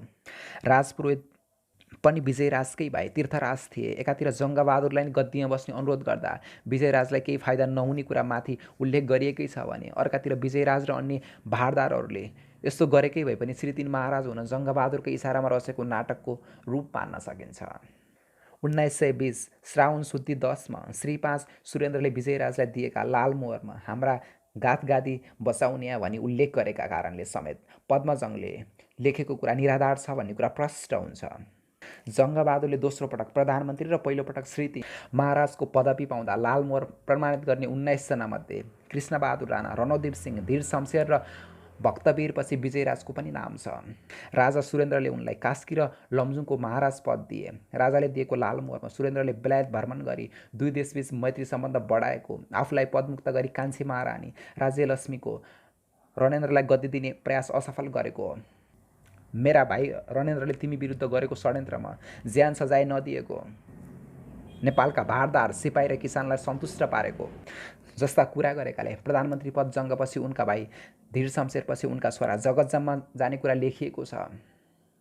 इतिहासकार एड्रिन सेवर्सले लेखेका छन्, राजा सुरेन्द्रले नेपालको डेज्युर सार्वभौम सत्ता जङ्गलाई दिए। जङ्गपछि प्रधानमन्त्री पद उनका भाइ र त्यसपछि भतिजामा जाने भयो। तर कास्की र लमजुङको महाराजको पदवी उनीपछि उनका पुत्र जगतजङ र त्यसका नाति जुद्धप्रताप जङमा जाने कुरा सुरेन्द्रले माने। जङ्गबहादुरले प्रधानमन्त्री पदबाट राजीनामा गरेपछि भारतको इस्ट इन्डिया कम्पनीले सबै आधिकारिक काम प्रधानमन्त्री बमबहादुरबाट गराउन लाग्यो। जङ्गलाई वास्तै गर्न छोड्यो। त्यसबेला काठमाडौँमा बेलायतका तर्फबाट राजदूत जस्तै रेसिडेन्ट बस्थे। उनले पनि बमबहादुरसँग सिधै सम्पर्क राख्न थाले। 9 महिनासम्म प्रधानमन्त्री भएपछि बमबहादुरको देहान्त भयो। साइँला भाइ बद्री नरसिंहलाई रोलबाट झिकिसकेकाले ठाइँला भाइ कृष्णबहादुर कार्यवाहक प्रधानमन्त्री भए। 1 वर्ष 1 महिना 6 दिनपछि कृष्णबहादुरले आफ्नो पदबाट राजीनामा दिन लगाइयो र 1914 जेठ 14 राजा सुरेन्द्रले मनोनयन गरेपछि जङ्गबहादुर फेरि प्रधानमन्त्री भए। तिब्बती अभियान र जङ्ग। बेलायत भ्रमणबाट फर्केर आएको 2 हप्ता जतिपछि जङ्गबहादुर विरुद्ध षड्यन्त्रको पत्ता लाग्यो। उनी बेलायत गएका बेला उनकै साथ गएका एकजना भारदार करवीर खत्रीले त्यहाँ रहँदा जातपात र छुवाछुतको नियम नमानेको भन्ने आक्षेप लगाएर उनका साइँला भाइ बद्री नरसिंहको नेतृत्वमा उनका विरुद्ध एउटा षड्यन्त्र भएको रहेछ। यस षड्यन्त्रमा राजा सुरेन्द्रलाई मार्ने र उनका ठाउँमा उपेन्द्र विक्रमलाई राजा बनाउने र बद्री नरसिंह प्रधानमन्त्री हुने लक्ष्य राखिएको थियो। बमबहादुरले सो कुराको पोल खोलिदिएको हुनाले षड्यन्त्र सफल हुन पाएन।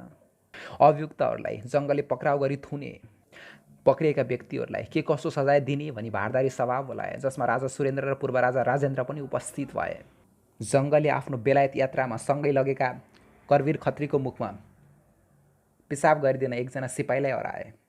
बद्री नरसिंहले सुरुमा आफू निर्दोष छु भनेका थिए, तर पछि प्रमाण भेटिएपछि रोइ कराई गर्न थाले। उनीहरूलाई कस्तो सजाय दिने भनी छलफल हुँदा कसैले आँखा फुटाउने तथा अङ्गभङ्ग गर्नुपर्ने सुझाव दिए। भर्खर बेलायतबाट फर्केर आएका जङ्गलाई यस्तो सुझाव राम्रो लागेन। उनले राजा सुरेन्द्रका भाइ उपेन्द्र, आफ्नै भाइ बद्री नरसिंह र काकाका छोरा जयबहादुरलाई भारतको इलाहाबादको किल्लामा कैद गर्न इस्ट इन्डिया कम्पनीको सरकारलाई लेखे। उताबाट स्वीकृति आइसकेपछि यी तीनैजनालाई इलाहाबादमा पठाइयो। कैदमा रहेका बेला जयबहादुर त्यहीँ मरे। त्यसबेला जङ्गकी आमा गणेश कुमारी जीवित नै थिइन्। उनले जङ्गलाई आफ्नो साइँला भाइलाई माफ गरी देशभित्र बोलाउन अनुरोध गरिन्। बेलायतबाट फर्केपछि जङ्गबहादुरको शक्ति र घमण्ड कति बढेको रहेछ भन्ने कुरा राजा सुरेन्द्रका भाइ उपेन्द्रलाई नै उनी कैद गराउन तत्पर भए र सो कामलाई सफल गराएरै छोडे। इतिहासकार त्रिरत्न मानन्दरले बद्री नरसिंह, उपेन्द्र विक्रम आदिले सुरेन्द्र र जङ्गबहादुरलाई सत्ताबाट निकाल्न खोजेको भन्ने आरोप झुटो भएको कुरा लेखेका छन्। अर्को भनाइअनुसार कथित अपराधीलाई झुटो प्रमाणका आधारमा कायल गराइयो। बद्री नरसिंह जङ्गको अङ्ग्रेज समर्थक नीतिको विरुद्धमा थिए। उनी नेपाली सेना पनि धेरै लोकप्रिय थिए। यही कारणले जङ्गले उनको चरित्र हत्या गर्न, उनको लोकप्रियतालाई घटाउन खोजे। उपेन्द्र विक्रमलाई षड्यन्त्रमा संलग्न छ भनी देखाउन खोजेको चाहिँ राजा संस्थाको बदनाम गर्नलाई हो। यस सन्दर्भमा जङ्गबहादुरले विदेश नीतिमा अङ्ग्रेजलाई नचिडाउनु र घरमा राजालाई मानिराख्नु राणा राज्यका यी 2 खम्बा हुन्, यस कुरामा ध्यान दियो भने यो राज्य थामिराख्नेछौ पनि भनेका छन्। नेपाल तिब्बत युद्ध 1911मा भएको थियो। यसका निम्ति 3 मुख्य कारण थिए। कोदारी क्षेत्रमा नेपाल र तिब्बत बीच सीमा विवाद थियो। त्यहाँ हिमालयको दक्षिणपट्टि गाईबस्तुका निमित्त चरण गर्ने केही भूमि नेपालले तिब्बतलाई बेचेको थियो। तिब्बतीहरूले सो भूमिमा बसोबास समेत गराए, त्यहाँबाट कर समेत उठाउन लागेका थिए। सन् 1972मा तिब्बत चीन युद्धपछि नेपालबाट हरेक 5 वर्षमा तिब्बतको बाटो गरी चीनमा मिसन जान गरेको थियो। सन् 1854मा नेपालबाट चीन गएको मिसनलाई तिब्बतीहरूले दुःख दिएको अनेक कुरा बताइयो। लासामा रहेको नेपाली व्यापार कौशलका वकिललाई तिब्बतीहरूले निष्कासन गरे। यो खबर पाएपछि जङ्गले तिब्बतसँग लडाइँ गर्ने तयारी गरे। इतिहासकार एड्रियन सेभरले लेखेका छन् कि 2,50,000 सिपाहीहरू लड्नका निम्ति तयार भए। त्यसपछि जङ्गले तिब्बतीहरूलाई 1 करोड रुपैयाँ नेपाली महाजनहरूका निमित्त क्षतिपूर्ति कुती र केरुङ जिल्लालाई र पश्चिमी तिब्बतको तक्लाकोट जिल्लालाई नेपालमा मिलाउने माग राखे। यसको तिब्बतबाट कुनै जवाफ नआएपछि कुतीमा धीर शमशेर र खड्गबहादुरको नेतृत्वमा र मुस्ताङमा कर्णेल कृष्ण ध्वजको कमान्डमा तिब्बतमाथि हमला भयो। जङ्ग आफै पनि केरुङपट्टिबाट हमलामा सम्मिलित भए। नेपालले कुती, केरुङ र जोङ्खालाई कब्जा गरे। युद्ध सुरु भएपछि 60,000 तिब्बती सेनाले कुती कब्जा गरे र नेपाली सेनाको सञ्चार व्यवस्थालाई अस्तव्यस्त पारे। राजधानीबाट अरू 14,000 सिपाही पठाएर कुतीलाई फेरि कब्जा गर्यो। कृष्ण ध्वजले तक्लाकोट कब्जा गरे। 1913मा नेपाली र तिब्बती दुवै पक्षको सम्झौता भयो। थापाथलीमा सन् र नेपाल र तिब्बत बीच सन्धि भयो। तिब्बतीहरूले नेपाललाई प्रति वर्ष रु 10,000 बुझाउने भयो र नेपालबाट पठाएको कुनै वस्तुमा भन्सार नलगाउन मान्यो। नेपालले तिब्बतमा आफ्ना व्यापारीका निमित्त विशेष सुविधा भेट्टायो। त्यसपछि आफूले कब्जा गरेको कुती र केरुङ आदिलाई नेपाली सेनाले फिर्ता ल्यायो। नेपाली सेना फिर्ता आयो।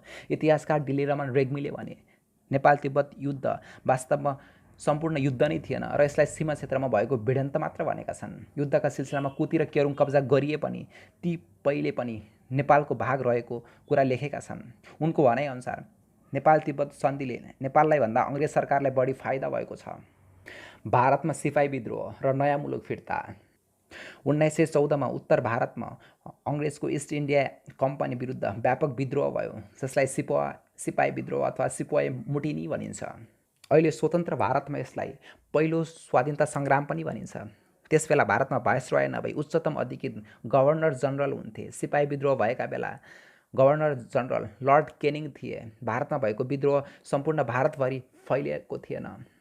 हालको दिल्ली, उत्तर प्रदेश, मध्य प्रदेशको उत्तरी र दक्षिणी पन्जाब र बिहारको पश्चिमी भागमा मात्र केन्द्रित थियो। अहिलेको उत्तर प्रदेशको सीमा नेपालसँग जोडिएको छ र त्यसले नेपालमा पनि प्रभाव पर्यो। सिपाही विद्रोहले उत्तर भारतमा अनेक कथा लिजेन्ड जन्मायो, जसको मुख्य नायक झाँसीकी रानी लक्ष्मीबाई, अन्तिम मुगल सम्राट बहादुर शाह जफर र कनकपुर नजिक बिठुरका नाना साहेब पनि थिए।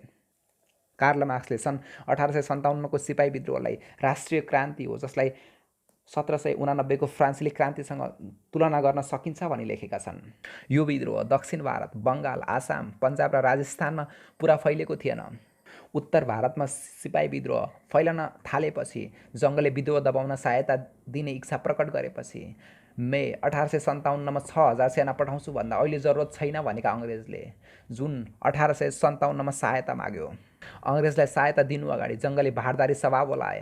केहीले सहायता दिनुपर्छ भने, केहीले नेपाल तटस्थ रहनुपर्छ भने। जङ्गबहादुरले चाहिँ सहायता दिनुपर्छ भनेका थिए। नेपाली सेनाले अङ्ग्रेजलाई सहायता गर्न गोरखपुरबाट उत्तर भारतमा प्रवेश गर्यो। इस्वी सम्बत 1857को अगस्त महिनामा नेपाली सेनाले आजमगढ र जौनपुर कब्जा गर्यो, जो दुवै पूर्वी उत्तर प्रदेशमा नेपाली सीमाबाट बनारस जाने बाटामा पर्छन्।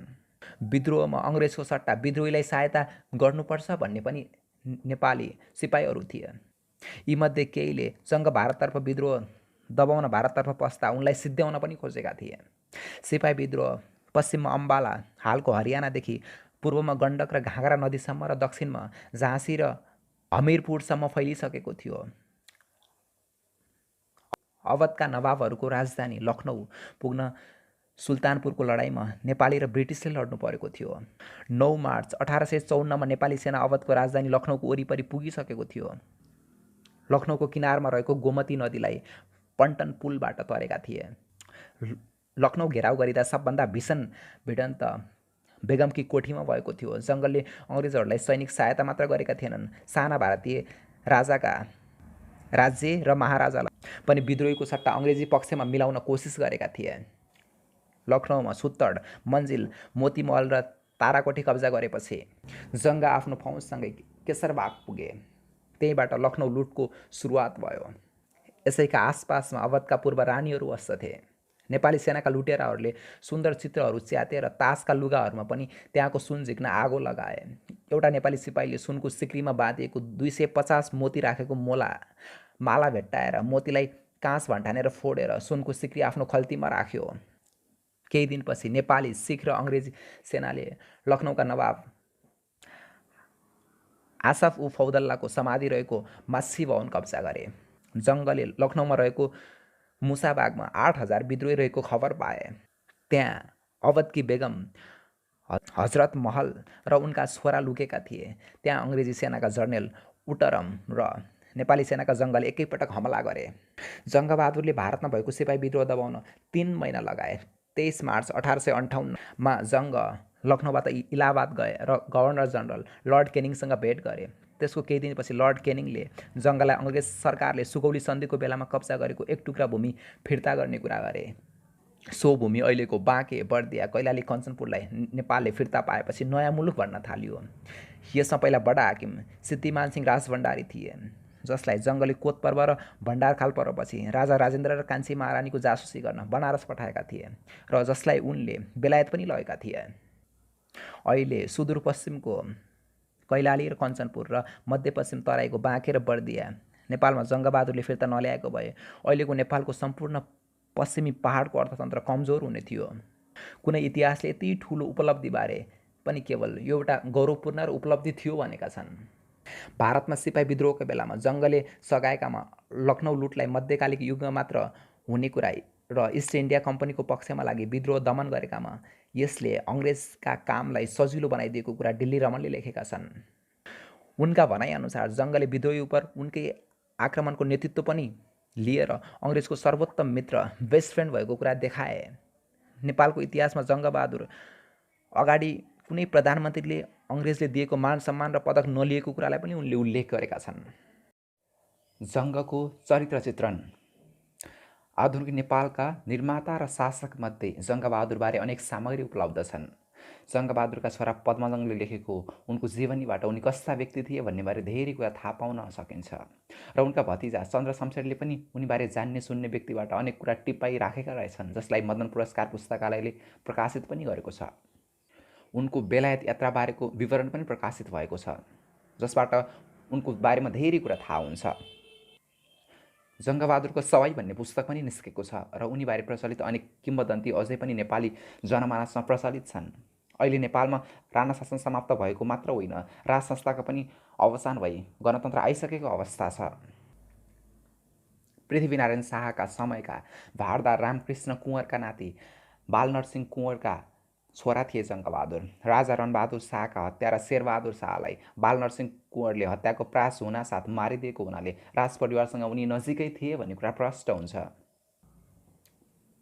बालनरसिंह कुँवर केही जिल्लाका बडा हाकिम भई गएकाले बाल्यकालमा जङ्गलले नेपालको धेरै भागमा घुम्न पाएका थिए भन्ने कुरा पनि हामी बुझ्न सक्छौँ। मानिसले धेरै देशाटन गर्यो भने मानिस चलाक हुन्छ भन्ने पनि भनाइ छ। जङ्गमा चलाकी आउने कारण यही पनि हुनसक्छ। जङ्गमा सुरो पनि धेरै थियो, नत्र उनी किन त्रिशुली नदीमा घोडा चढी हाम फाल्न सक्थे अथवा काठमाडौँको लगनटोलको इनारमा किन हाम फाल्थे। यस्तै उनले एउटा बौलाएको राँगोलाई बसमा पार्ने अथवा जङ्गली हात्ती समात्ने काम पनि सुरो मानिसले मात्र आँट्न सक्ने काम हुन्। राणा प्रधानमन्त्री चन्द्र शमशेरले पर्सिभल ल्यान्डनले पुस्तक लेख्ने सिलसिलामा सोद्धा जङ्गबहादुर झडङ्ग रिसाउने र पछि पछुताउने स्वभावको भएको लेखेका छन्। आफूले पहिलो विवाह गरी ल्याएकी प्रसाद लक्ष्मीबाट जन्मेका जेठा छोरा भीमजङलाई जङ्गले प्रधानमन्त्री बन्ने रोलक्रममा राखेनन्। कोर्राले धेरै पटक पिटेका थिए। यसरी पिट्टाले नै उनको मृत्यु भएको हो पनि भनिन्छ। जङ्ग धेरै स्वास्नी चाहिने मान्छे थिए। उनका विवाहिता र अविवाहिता अनेक पत्नी थिए, जसबारे विस्तृत जानकारी यसै पुस्तकमा पनि दिएको छ। कमल दीक्षितले उनले उत्तर भारतका अङ्ग्रेज विरुद्ध विद्रोह हुँदा नेपालमा शरण लिन आएकी नाना साहेबकी कान्छी पत्नी काशीबाई नेपाल आउँदा तरुणी थिइन् र उनलाई जङ्गले चोखै छोडेनन् होला भन्ने पनि लेखेका छन्। जगदम्बा प्रकाशनबाट प्रकाशित पुस्तक जङ्ग गीतामा जङ्गबहादुरको हस्ताक्षरको नमुना पनि छापिएको छ, जसले उनी धेरै पढे लेखेका व्यक्ति जस्तो देखिँदैनन्। कुनै समयमा जङ्गबहादुरका आठपरिया रहेका खड्गसिंह गुरुङले पनि भनी छापाएका छन्। जङ्गलाई हात्ती र जुवामा, पहलमानको तमासामा र मैथुनमा ज्यादा सोख थियो। जङ्गबहादुरका भतिजा वीर शमशेरका पनाति प्रमोद शमशेरले लेखेका छन्, जङ्ग घरमा बसेको बेला बेलुकी सधैँ कौडा खेल्थे। जीवनको सन्ध्याकालमा उनलाई अफिम खाने बानी लागेको रहेछ र कसैले उनी झडङ्ग रिसाउने बानी यसैले भएको हो पनि भन्छन्। जङ्गले आफूपछि प्रधानमन्त्री अथवा श्री 3 महाराज हुने रोलमा राख्दा आफ्ना छोरा र भतिजाप्रति न्यायपूर्ण व्यवहार गरेको देखिँदैन। यसै कारणले उनको मृत्यु भएको 11 वर्षपछि 42 साल पर्वमा उनका छोरा नाति मारिए कि भारत भगाइए। उनले 1924मा बनाएको रोलक्रममा आफ्ना भाइहरूपछि आफ्ना विवाहितापट्टिका 3 छोरा जगतजङ, जितजङ र पद्मजङ राखे। अविवाहितापट्टिका आफ्ना छोरा बबरजङ र रणवीरजङलाई पनि राखेका थिए। 1910को मुलुकी ऐनलाई स्वीकृति दिने व्यक्तिमध्ये भीमजङ पनि छन्, तर उनको नाम जगतजङ पछि छ। त्यसपश्चात जितजङका शाहजादीपट्टिका छोरा भएमा उनलाई र त्यसपछि भाइ बमबहादुर, बद्रीनरसिंह र कृष्णबहादुरका छोरापछि मात्र धीर शमशेरका छोरा वीर शमशेर र उनका भाइहरूको नाम राखेका थिए। यसरी आफ्ना विवाहिता र अविवाहिता छोरा जम्मैलाई रोलमा नराखेका र भाइहरूमा छोराभन्दा माथि नातिको नाम अगाडि राखेको हुनाले पनि 42 सालको पर्व हुन गयो। आफ्नै विवाहितापट्टिका जेठा छोरा भीमजङलाई पनि उनले रोलक्रममा राखेनन्। भीमजङसँग यही कुरामा भनाभन हुँदा उनले लट्ठीले हिर्काएकै कारण भीमजङको मृत्यु भएको थियो। जङ्ग आफैले आफ्नी विवाहित सालीलाई जारी गरी भित्र्याएका थिए र जारी पनि तिरेका थिए। उनकै ज्वाइँले पनि आफ्ना जारलाई काटेका थिए। उनकै एक छोरी डम्बर कुमारीले बनारसको दालमण्डीमा कोठी खोली बसेकी थिइन् भनी पुरुषोत्तम शमशेरले लेखेका छन्। जङ्गकै जीवनकालमा दिवंगत भएका दुई भाइ बमबहादुर र कृष्णबहादुरका पत्नीहरू सती जानबाट रोके, तर उनकै 3 जना रानीले पत्थरघट्टामा बागमतीको किनारमा सती गए। बालकृष्ण समले जङ्गले आफ्नो अन्तिम समयमा आफ्नी श्रीतिन बडा महारानी मैया महारानीलाई आफ्नो सती जान प्रेरित गरेका थिए। यसरी उनी समकालीन रीतिरिवाजबाट प्रभावित देखिन्छन्।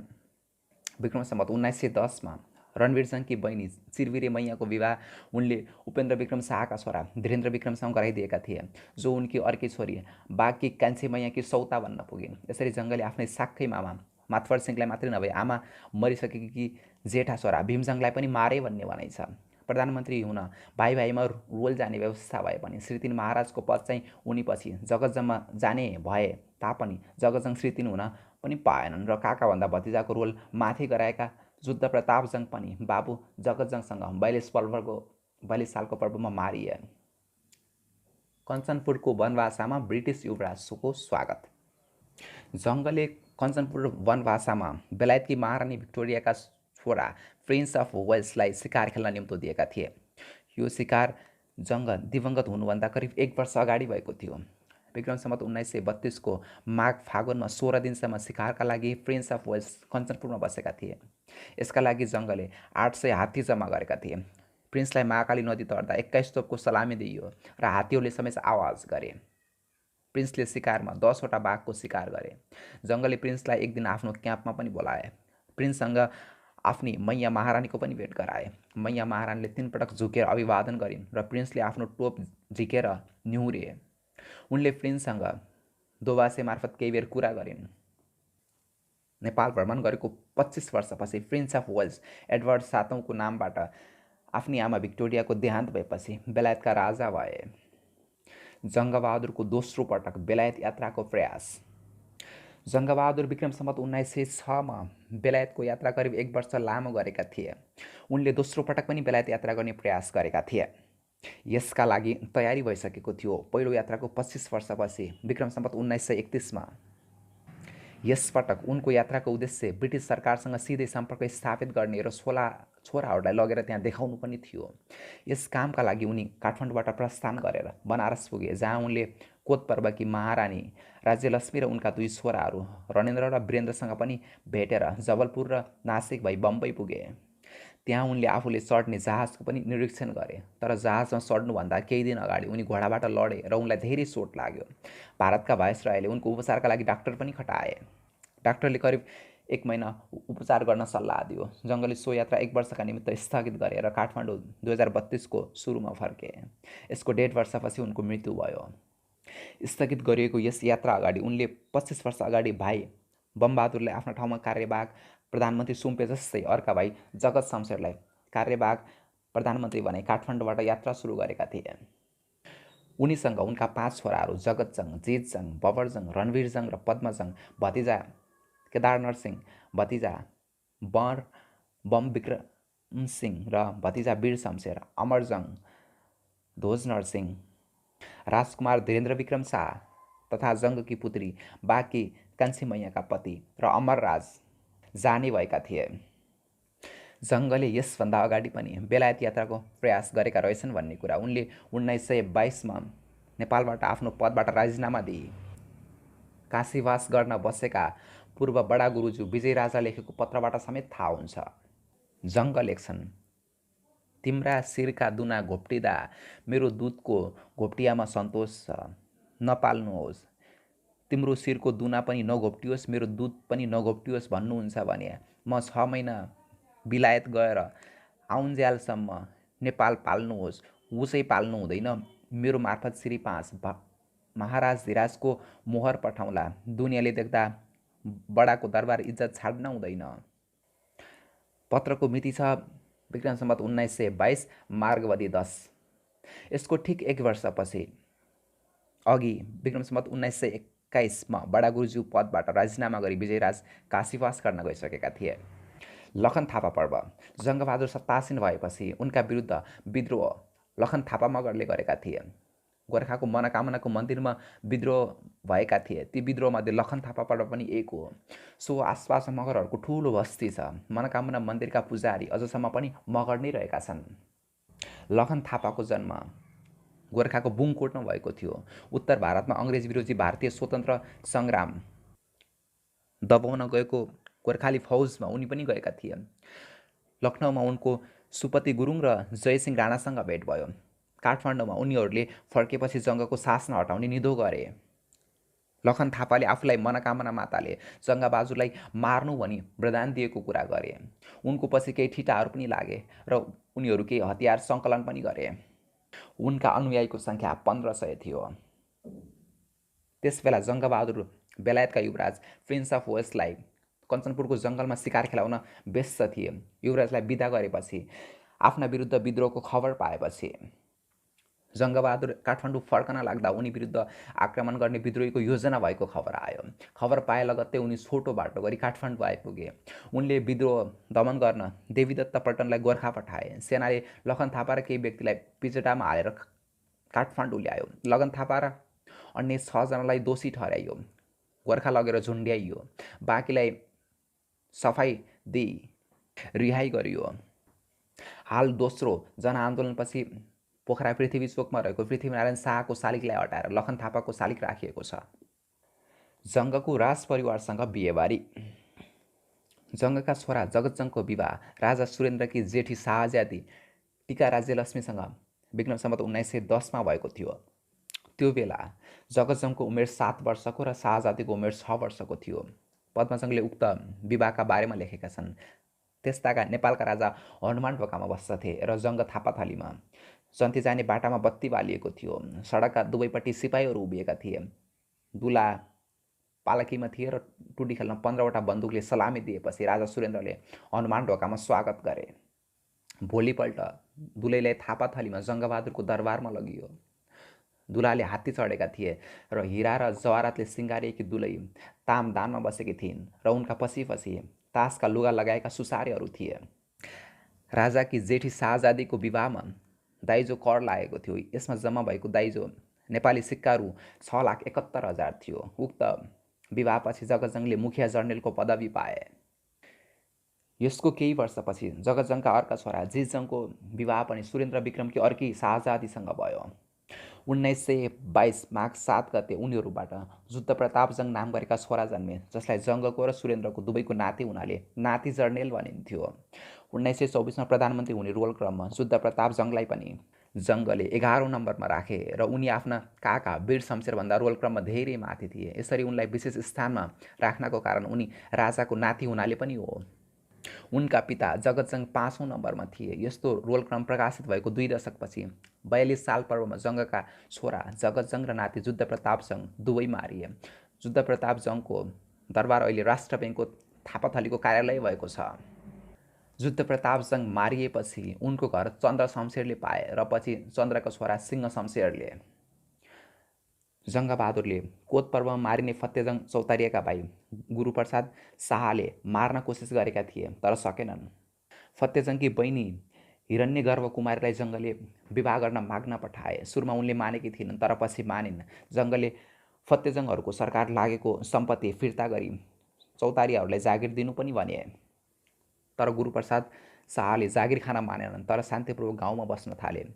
हिरण्यगर्भ कुमारीको विवाह जङ्गसँग भएपछि उनलाई श्री 3 बडा महारानीको दर्जा दिइयो र जङ्गकी अनेक विवाहिता र अविवाहिता रानीमध्ये सबभन्दा मुख्य उनी नै भइन् र 1933मा पत्थरघट्टामा जङ्गको मृत्युपछि सती पनि गइन्। विद्रोहीहरूलाई नेपालमा शरण।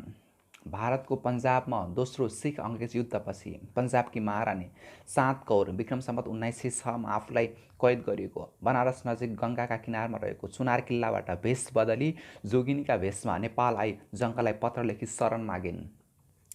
काठमाडौँमा बस्ने अङ्ग्रेज रेसिडेन्टले जङ्गलाई उनलाई भारतमा सुपुर्दगी गर्न अनुरोध गरे तर जङ्गले यसो गर्न मानेनन्। चाँद कौरलाई जङ्गले थापाथलीमा आफ्नै दरबारको कम्पाउन्डभित्र घर बनाउन रु 25,000 दिए र त्यही बस्न पनि दिए।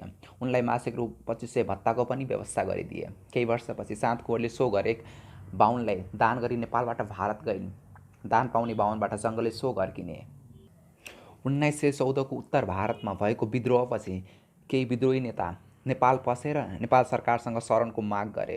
यीमध्ये अवधकी बेगम हजरत महलका अवध नवाबका छोरा नाना साहेब धुन्धु पन्त र उनका पत्नीहरू पनि थिए। जङ्गले यिनीहरूलाई नेपालमा शरण दिए। बेगम हजरत महल अवधकी उनी नवाबकी पत्नी थिइन्। सिपाही विद्रोहपछि उनी लखनऊबाट भागी नेपालको सरहदभित्र परिन्। उनका साथमा उनका छोरा ब्रिटिस कादिर पनि थिए। बेगम हजरत महलको 1932मा नेपालमै देहान्त भयो। उनको समाधि काठमाडौँको रत्नपार्कदेखि पूर्व मस्जिद सँगसँगै छ। जङ्गबहादुरले नवाबका बेगमबाट हिरामोतीको धेरै गहना लिए भनी रामजी उपाध्यायले लेखेका छन्। उत्तरी भारतमा विद्रोहको अन्त्य भएपछि केही विद्रोहीहरू पश्चिमी तराईको नेपाली भूमिमा पसेका थिए। जङ्गले कर्णेल पलमान सिंहलाई चाङमी भन्ने ठाउँमा 1915 वैशाखमा पठाए। नेपाल प्रवेश गरेका विद्रोहीहरूसँग सेना थिए भन्ने कुरा पनि पलमानले थाहा पाए। यिनको सङ्ख्या 23,000 थियो, जसमध्ये 11,000 हतियारधारी थिए। विद्रोहीहरू लखनऊमा अङ्ग्रेज महिला र बालबालिकाहरूको हत्यामा संलग्न भएकाहरूलाई जङ्गले अङ्ग्रेज सरकारका हस्तान्तरण गरे। तर पलमान सिंहले शङ्करपुरका बेनी माधव समेत गरी 700 जना विद्रोहीलाई मारिदिएका थिए। यसका लागि उनले नसिहत पनि पाए। नेपालमा शरण लिन आउने अर्का विद्रोही नाना साहेब थिए, जसलाई अङ्ग्रेजको सबैभन्दा ठुलो दुश्मन मानेको कुरा प्रमोद शमशेर राणाले लेखेका छन्। उनीसँग मराठा खानदानका महिलाहरू पनि नेपाल पसेका थिए। यीमध्ये काशीबाई पनि थिए। यिनीहरूबाट जङ्गले हिरामोती र प्रसिद्ध नौलखा हार पनि भेट्टाए। जङ्गबहादुरलाई यिनीहरूलाई आफ्नै कम्पाउन्डमा थापाथलीभित्रै घर बनाइराखे। यीमध्ये केही महिलासँग जङ्गको अनुचित सम्बन्ध पनि थियो भनी इतिहासकारहरूले लेखेका छन्। चन्द्र शमशेरले नेपालबारे पुस्तक लेखाएको पर्सिभल ल्यान्डनले पनि यो कुरा लेखेका छन्। नाना साहेब भेष बदलेर नेपालमा नै लुकेर बसे। पत्थरघट्टामा जङ्गबहादुरको मृत्यु। कञ्चनपुरको वनवासामा बेलायती युवराजको भ्रमणको सिलसिलामा आएका बेलायती डाक्टरले 1932मा जङ्गको स्वास्थ्य परीक्षण गरी उनको मुटुमा बोसो जम्न थालेकाले चाँडै मृत्यु हुन सक्ने कुरा बताएका थिए। वनवासाबाट काठमाडौँ फर्किएपछि जङ्गले आफ्ना चल अचल सम्पत्ति छोराहरूलाई बाँडिदिए। त्यसै बेला उनका मन परेका छोरा बबरजङ र अर्का छोरा नरजङको मृत्यु भयो। उनको मन परेको हात्ती जङ्गप्रसाद पनि त्यति बेला नै मर्यो। विक्रम सम्वत 1933को मङ्सिरमा उनी शिकारका निमित्त काठमाडौँबाट हिँडे। यो शिकार उनका लागि आखिरी शिकार थियो। जानुभन्दा अगाडि राजा सुरेन्द्रसँग बिदाबारी हुन थापाथली हनुमान ढोकामा गए उनी। त्यहाँ उनले यसपालिमा धेरै गलेको छु, फर्केर आउन पनि सक्छु, नआउन पनि सक्छु। एकपल्ट पहिले जस्तै बुई चढाएर घुमाउन पाऊँ भनेर राजालाई भने। त्यसबेला जङ्गको उमेर 59 वर्ष थियो भने राजाको उमेर 45 वर्षको थियो। राजाले स्वीकृति दिएपछि उनले राजालाई बुई चढाएर घुमाए। यो कुरा जुद्ध शमशेरले भनेको भनी बालकृष्ण समले आफ्नो पुस्तक मेरो कविताको आराधनामा लेखेका छन्। नयराज पन्तले आफूले पनि सुनेको भनी लेखेका छन्। त्यो उनको अन्तिम शिकार थियो, किनभने उनी त्यहाँबाट काठमाडौँ कहिले फर्केनन्। उनी थानकोटबाट मार्खुको बाटो भई हेटौडा पुगे अनि बारा जिल्लाको सिमरन गर्न पुराना किल्लाहरूको भग्नावशेषमा घुम्दै पत्थरघट्टामा बागमती नदीको किनारमा पुगे। उनले त्यहाँ एउटा भीमकाय पाटेबाबको शिकार गरे। भोलिपल्ट उनी बिरामी भए। उनलाई दिशा पनि लागेको थियो। कहिले जाडो कहिले गर्मी भएको थियो। शिकारमा उनीसँगै श्री 3 बडा महारानी, हिरण्य गर्भकुमारी र अरू 4 जना महारानीहरू पनि थिए। कृष्ण गोविन्द भन्ने नेपाली वैद्यलाई बोलाउँदा उनको नाडी एकदम कमजोर भइसकेको कुरा भने। त्यसबेला काठमाडौँमा जङ्ग सिकिस्त बिरामी भएको र उनका भाइ धीर र उनका छोराहरूलाई पत्थरघट्टा आउन खबर गयो। त्यसबेला सवारीमा उनका भतिजा अमरजङ मात्र थिए। बिरामी भएपछि उनलाई पनि जङ्गले चिनेनन्। बालकृष्ण समले जङ्गलाई अफिम प्रतिदिन चाहिन्थ्यो भनी लेखेका छन्। जङ्ग पत्थरघट्टामा बिरामी भएका बेला उनले अफिम राख्ने गरेको कन्तुर अर्को बासतर्फ लगिएको रहेछ। त्यही बेला एउटा रुखमा मजुर बस्न आयो। जङ्गले गोली हाने तर लागेन। उनी ज्यादै राम्रो निशानेबाज थिए, तर अन्तिम समयमा आँखा नदेख्ने भएका थिए। 2 चोटि रगत वमन भएपछि जङ्गले मैया महारानीलाई भनेका थिए, तिमीसँगै आइनौ भने म नरकको कुकुर हुन पुग्नेछु। त्यसबेला त्यहाँ धीर शमशेर आइसकेका थिए। मैया महारानीले धीर शमशेरलाई भनिरहेछन्, हजुरको दाइलाई भुजा म पकाउँला, तर तमाखु टक्याउने र मिश्रीलाई र मालिस गर्ने पुतललाई किन नल्याएको भने म के भन्ने। यसबारे पद्मजङले केही लेखेका छैनन्। बालकृष्ण समले यो कुरा जुद्ध शमशेरले भनेको भनी लेखेका छन्। जङ्गको मृत्यु भइसकेपछि धीर शमशेर पत्थरघट्टामा आइपुगेका थिए।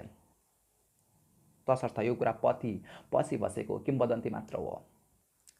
पत्थरघट्टामा बागमती नदीको किनारमा 59 वर्षको उमेरमा विक्रम सम्वत 1933 फागुन 16 गते गोविन्द द्वादशीमा जङ्ग दिवंगत भए। जङ्गका छोराहरूको प्रतिज्ञा गर्दै जङ्गको शवलाई त्यही एक ठुलो रुख काटेर डुङ्गाको जस्तो आकार बनाई त्यसभित्र तेल र कपुर हालिराखियो। त्यहाँ जङ्गका छोरा पद्मजङले आफू आइपुग्दा 3 जना महारानी सती जान तयार भएको भेट्टाए। जङ्गको अन्तिम संस्कार हुने बेला 3 चिता तयार गरियो। मैया रानीले जङ्गलाई अङ्कमाल गरेर सती गइन्। मिश्री महारानी र पुतली महारानीले उनको कपडा र खराउ लिई सती गए। जङ्ग आफै सती प्रथाको विरुद्ध थिए र यसलाई रोक्ने प्रयास पनि गरेका थिए। जङ्गलाई आफूले धेरै मानिस मारेको हुनाले स्वास्नी सती गइनन् भने आफू तरिन्न भन्ने लागेको थियो। सायद त्यही भएर जङ्गले मैया महारानी र हिरण्यगर्भ कुमारीलाई आफ्नो सती जान भनेका हुन् भन्ने ज्ञानमणि नेपालको भनाइ छ। आफ्ना 2 भाइ बमबहादुर र कृष्णबहादुरको मृत्यु हुँदा उनका पत्नीहरूलाई जङ्गले सती जान दिएनन्, तर उनको देहान्त हुँदा उनका 3 जना महारानीहरू सती गए। पद्मजङले नै दागबत्ती दिए। नेपालको इतिहासमा कुनै पनि प्रतिष्ठित व्यक्तिको आखिरी पटक सती गएको भनेका जङ्गबहादुरका पालामा नै हो। जङ्गको मृत्यु भएको करिब 4 दशकपछि जङ्गका भतिजा चन्द्र शमशेरले सती प्रथालाई गैर कानुनी घोषणा गरे। जङ्गको मूल्याङ्कन। नेपालमा राणा शासनको अन्त्य भएको 6 दशकभन्दा बढी भइसके पनि जङ्गको मृत्यु भएको 1 शताब्दी र 4 दशक भइसक्दा पनि नेपालको जनमानसमा जङ्गको प्रभाव अझै रहिरहेको छ। इतिहासकार बालचन्द्र शर्माले त जङ्गबहादुरलाई हामी पृथ्वीनारायण शाहसँग दाँच्न सक्छौँ भनेका छन्। पृथ्वीनारायण शाहद्वारा नेपालको एकीकरण सुरु भएर विक्रम सम्वत 2065 राज संस्थाको अन्त्य भएसम्मको इतिहासमा 3 जना व्यक्ति भीमसेन थापा, जङ्गबहादुर र चन्द्र शमशेर प्रत्येकले करिब 3 दशकसम्म कब्जा गरे। वास्तवमा जङ्गबहादुरलाई तुलना गर्नुपर्ने नेपालको एकीकरणका सूत्रधार पृथ्वीनारायण शाहसँग होइन, सबभन्दा लामो अवधिका शासक भीमसेन थापा र चन्द्र शमशेरसँग हो, जो कि तिनीजना निरङ्कुश थिए। यिनका माथि राजा भए पनि आफै सर्वेसर्वा थिए। रणबहादुरको हत्या भएपछि यिनका पिता बाल नरसिंहले हत्याराको हत्या गरेका थिए। भीमसेनले त्यसपछि हत्याकाण्डमा धेरै निरपराधको हत्या गरेका थिए। जङ्गले सती प्रथा रोक्न खोजे र मुलुकी ऐनमा यसलाई व्यवस्थित गर्न खोजे, तर उनको मृत्युपछि यिनकै 3 जना महारानी सती गए। चन्द्र शमशेरले सती प्रथा र दास प्रथा दुवैलाई गैर कानुनी घोषित गरे। भीमसेनले अङ्ग्रेजसँग युद्ध गरी नेपालको हार हुँदा सुगौली सन्धिबाट नेपालको 3 खण्डको 1 खण्ड भूभाग गुमाए भने जङ्गले यसरी गुमेको क्षेत्रको केही भाग नयाँ मुलुक बाँके, बर्दिया, कैलाली, कञ्चनपुर फिर्ता पनि ल्याए। चन्द्रले 1980 को अङ्ग्रेजसँग भएको सन्धि मार्फत नेपालको स्वतन्त्रता बचाउन ठुलो योगदान गरे। भीमसेनले सेरिएर मर्नु पर्यो भने जङ्ग र चन्द्रको मृत्यु प्राकृतिक कारणले भयो। जङ्गले कोत पर्व र भण्डारखाल पर्वपछि आफ्ना अनेक विरोधीलाई मारे। आफ्नै मामा माधवर सिंह थापाको पनि उनले हत्या गरेका थिए। चन्द्र लगायत शमशेरहरूले आफ्नै काका रणदेव सिंहको हत्या गरेका थिए विक्रम सम्वत 1942 मा। भीमसेन थापाले सेरिएर र 1896 मा उनी मरेपछि कोत पर्वसम्म बनाइएका मुक्तियारमध्ये रङ्गनाथ पौडेल बाहेक सबैको हत्या भयो। यीमध्ये रञ्जङ पाण्डेलाई विष खुवाई मारियो। माधवर सिंहलाई जङ्गबहादुरले हत्या गरेर 1903 मा गगन सिंहको हत्या भएपछि कोत पर्व भयो। यसमा चौतारिया, फतेजङ शाह लगायत धेरै भारदारहरूको हत्या भयो। यसको मुख्य कारण थियो राजा राजेन्द्रकी कान्छी महारानी राज्यलक्ष्मीको राजा आफ्नो छोरा रणेन्द्रलाई बनाउने इच्छा। राजा राजेन्द्र र युवराज सुरेन्द्र दुवै आफै आफ्नो निर्णय दिन नसक्ने थिए। यस्तो अनिर्णयको वातावरणमा जङ्गले आफ्नो प्रादुर्भाव गर्न सजिलो भएको थियो। कोत पर्वको लगत्तै पछि राज्यलक्ष्मीको भण्डारखालमा जङ्गबहादुरलाई नै मार्न खोज्ने प्रयास विजयराजका कारणले असफल पनि भयो। कान्छी महारानी राज्यलक्ष्मी र उनका 2 छोरा रणेन्द्र र वीरेन्द्र काशी जान लागे र राजा राजेन्द्र पनि महारानीकै पछि लागे, त्यही जान लागे। त्यहाँ केही महिना बसेपछि आफैले केही सेना जम्मा गरेर जङ्गलाई हटाउन खोज्दा अलौ पर्वमा जङ्गप्रति वफादार सेनाले उनलाई पक्रेर काठमाडौँ ल्याइयो र उनलाई नजरबन्द गरियो। 1904 जेठमा सुरेन्द्र राजा भए। यसरी जङ्गले राजेन्द्रलाई नै पदच्युत गराए। यसबाट आफ्नो समयमा जङ्गबहादुर कति शक्तिशाली रहेछन् भन्ने कुरा स्पष्ट हुन्छ। यति मात्र नभई जङ्गबहादुर बेलायत यात्राबाट फर्केपछि उनलाई मार्न षड्यन्त्र गरेको पनि उनका भाइ बद्री नरसिंह र राजा सुरेन्द्रका भाइ उपेन्द्र समेतलाई पक्राउ गरी भारतको इलाहाबाद किल्लामा कैद गराए। विक्रम सम्वत 1913मा राजा सुरेन्द्रबाट जङ्गले कास्की र लमचुङको महाराजको पदवी पाए र आफ्नो नाममा श्री 3 महाराज लेख्न थाले। राजा कमजोर भएकाले सुरेन्द्रबाट यस्तो पदवी पाउन सम्भव भयो। आफ्नो प्रधानमन्त्रीलाई नै आफू जस्तो महाराजको पदवी दिने राजा सुरेन्द्र कस्ता रहेछन्। 1913 पछि नेपालमा श्री 5 महाराजा धिराज र श्री 3 महाराज भएर दुवैलाई राजा भन्ने चलन आयो। कसैले श्री 5लाई धिराज र श्री 3लाई राजा मात्र भन्ने चलन आयो। यसै गरी श्री 5 बडा महारानी र श्री 3 बडा महारानी भन्ने चलन पनि आयो। भीमसेन थापाले यस्तो पदवी पाएका थिएनन् र मुख्तियारको पद आफ्नो परिवारमा राख्न सकेका पनि थिएनन्। चन्द्र शमशेरले पनि जङ्गबहादुरको पालादेखि परिवारमा पाइरहेको श्री 3 महाराजको पदवी भेट्टाएका थिए। जङ्गबहादुरले जस्तै आफै कमाएका थिएनन्। जङ्गबहादुरको यो पनि एउटा विशेषता हो। अङ्ग्रेज इतिहासकार जोन वेल्टन जङ्गले नेपाल जस्तो सानो राष्ट्रले अत्याचारले मात्र नभई शक्ति, बहादुरी, साहस र राष्ट्रियताका आधारमा भूमण्डलीकरण गरिदिएको कुरा बेलायत यात्राबाट फर्केपछि 1908मा लेखेका छन्। उनले आफ्नो बेलायत र फ्रान्सको भ्रमणमा आफूलाई अरेबियन नाइट्सको एक पात्रका रूपमा प्रस्तुत गर्न सके भनेका छन्। वास्तवमा जङ्ग नै भारतीय उपमहाद्वीपबाट उच्च कुलीन वर्गमध्ये युरोप यात्रा गर्ने पहिलो व्यक्ति थिए। जङ्गबहादुरको बेलासम्म ठकुरी र खस छेत्रीका बीच विवाह हुँदैन थियो। ठकुरीहरू आफूलाई राजपूत भन्छन्। 2224 राजाहरू धेरैजसो ठकुरी थिए। यसै गरी नेपालको राजपरिवार पनि ठकुरी थियो। जङ्गले 3 डोरे जनै लाउँथे तर ठकुरी चौतारियाले 6 डोरे जनै लाउँथे भनी ज्ञानमणि नेपालले लेखेका छन्। जङ्गबहादुरले आफ्ना 2 छोरा जगतजङ र जितजङको विवाह राजा सुरेन्द्रकी 2 शाहजादीहरूसँग गराएका थिए। हुन त सुरेन्द्रले सुरुमा आफ्ना छोरीहरू जङ्गबहादुरका छोराहरूलाई दिन मानेका थिएनन्। जङ्गको आफै राजपरिवारकी छोरीसँग विवाह गर्ने इच्छा भयो तर उनीसँग विवाह गर्न लायक सुरेन्द्र कोही छोरी थिएनन्। त्यसैले उनले राजाका दाजुभाइ चौतारियाहरूका छोरीसँग विवाह गर्ने निधो गरे। कोत पर्व मारिने चौतारिया फतेजङकी बहिनी हिरण्यगर्भ कुमारीको विवाह भएको थिएन। जङ्गले उनीसँग विवाह गर्न चाहे। कोत पर्वमा फतेजङका छोरा खड्गविक्रमले जङ्गका भाइ कृष्णबहादुरमाथि जाइलाएका बेलामा धीर शमशेरले खड्गविक्रमको हत्या गरिदिएका थिए। कोत पर्व हुँदा कोतमै बोलाइएका चौतारिया फतेजङले सो कुरा थाहा पाई महारानी राज्यलक्ष्मीलाई गगनसिंहलाई मार्ने जङ्ग नै हो भनी भन्न जाँदा जङ्गका इसारामा उनको पनि हत्या गरियो। कोत पर्वपछि राजा राजेन्द्र काशीमा राज्यलक्ष्मीसँग पुग्दा जङ्गबहादुरलाई मार्ने भनी षड्यन्त्र हुँदा चौतारिया गुरुप्रसाद शाह, रणछेड शाह समेतले राजा राजेन्द्रको नेतृत्वमा अलौमा हमला गर्दा असफल भए। चौतारिया गुरुप्रसादले विक्रम सम्वत 1905मा 2 जना सिपाहीलाई हतियार दिई जङ्गको हत्या गर्न पठाए। ती दुवै पक्रिए र जङ्गले दुवैलाई झुन्ड्याउन लगाए। हिरण्यगर्भ कुमारीले सुरुमा आफ्नो परिवारका कैयौँ सदस्यलाई मार्ने जङ्गसँग विवाह गर्न मानेकी थिएनन् तर पछि मानिन्। उनलाई जङ्गले श्री 3 बडा महारानी बनाए। उनको अर्को नाम मैया महारानी थियो। यस विवाहपछि जङ्गका चौतारियाहरूसँगको सम्बन्ध सुध्रियो र उनीहरूको सर्वस्व हुँदा सरकार लागेको सम्पत्ति फिर्ता गराए। राजा सुरेन्द्रले जङ्गको मृत्यु भएकै साल जङ्गका भाइ कृष्णबहादुरकी छोरी पुण्यकुमारीसँग विवाह गरे। वलेट महाराज युवराज त्रैलोक्यले जङ्गबहादुरकी 2 छोरी ताराकुमारी र ललिता राज्यलक्ष्मीसँग विवाह गरे। वीर शमशेरले आफ्ना 2 छोरीको विवाह पृथ्वीवीर विक्रम शाहसँग गरिदिए। राजा पृथ्वी विक्रम आफै जङ्गबहादुरका दौहित्र नाति थिए। जुद्ध शमशेरका 2 नातिनीहरू इन्द्र राज्यलक्ष्मी र रत्न राज्यलक्ष्मीको विवाह युवराज महेन्द्रसँग भयो। राजा वीरेन्द्र र राजा ज्ञानेन्द्र जुद्ध शमशेरका छोरीपट्टिका पनाती हुन्। भीम शमशेरले आफ्नी अविवाहिता रानी कि छोरीको विवाह महेन्द्रसँग गर्न खोजेका थिए तर उनी चाँडै दिवंगत भएकाले सो विवाह हुन पाएन। चन्द्र शमशेरले आफ्ना 3 छोराहरूको विवाह पृथ्वीवीर विक्रम शाहकी 3 छोरीसँग गराएका थिए।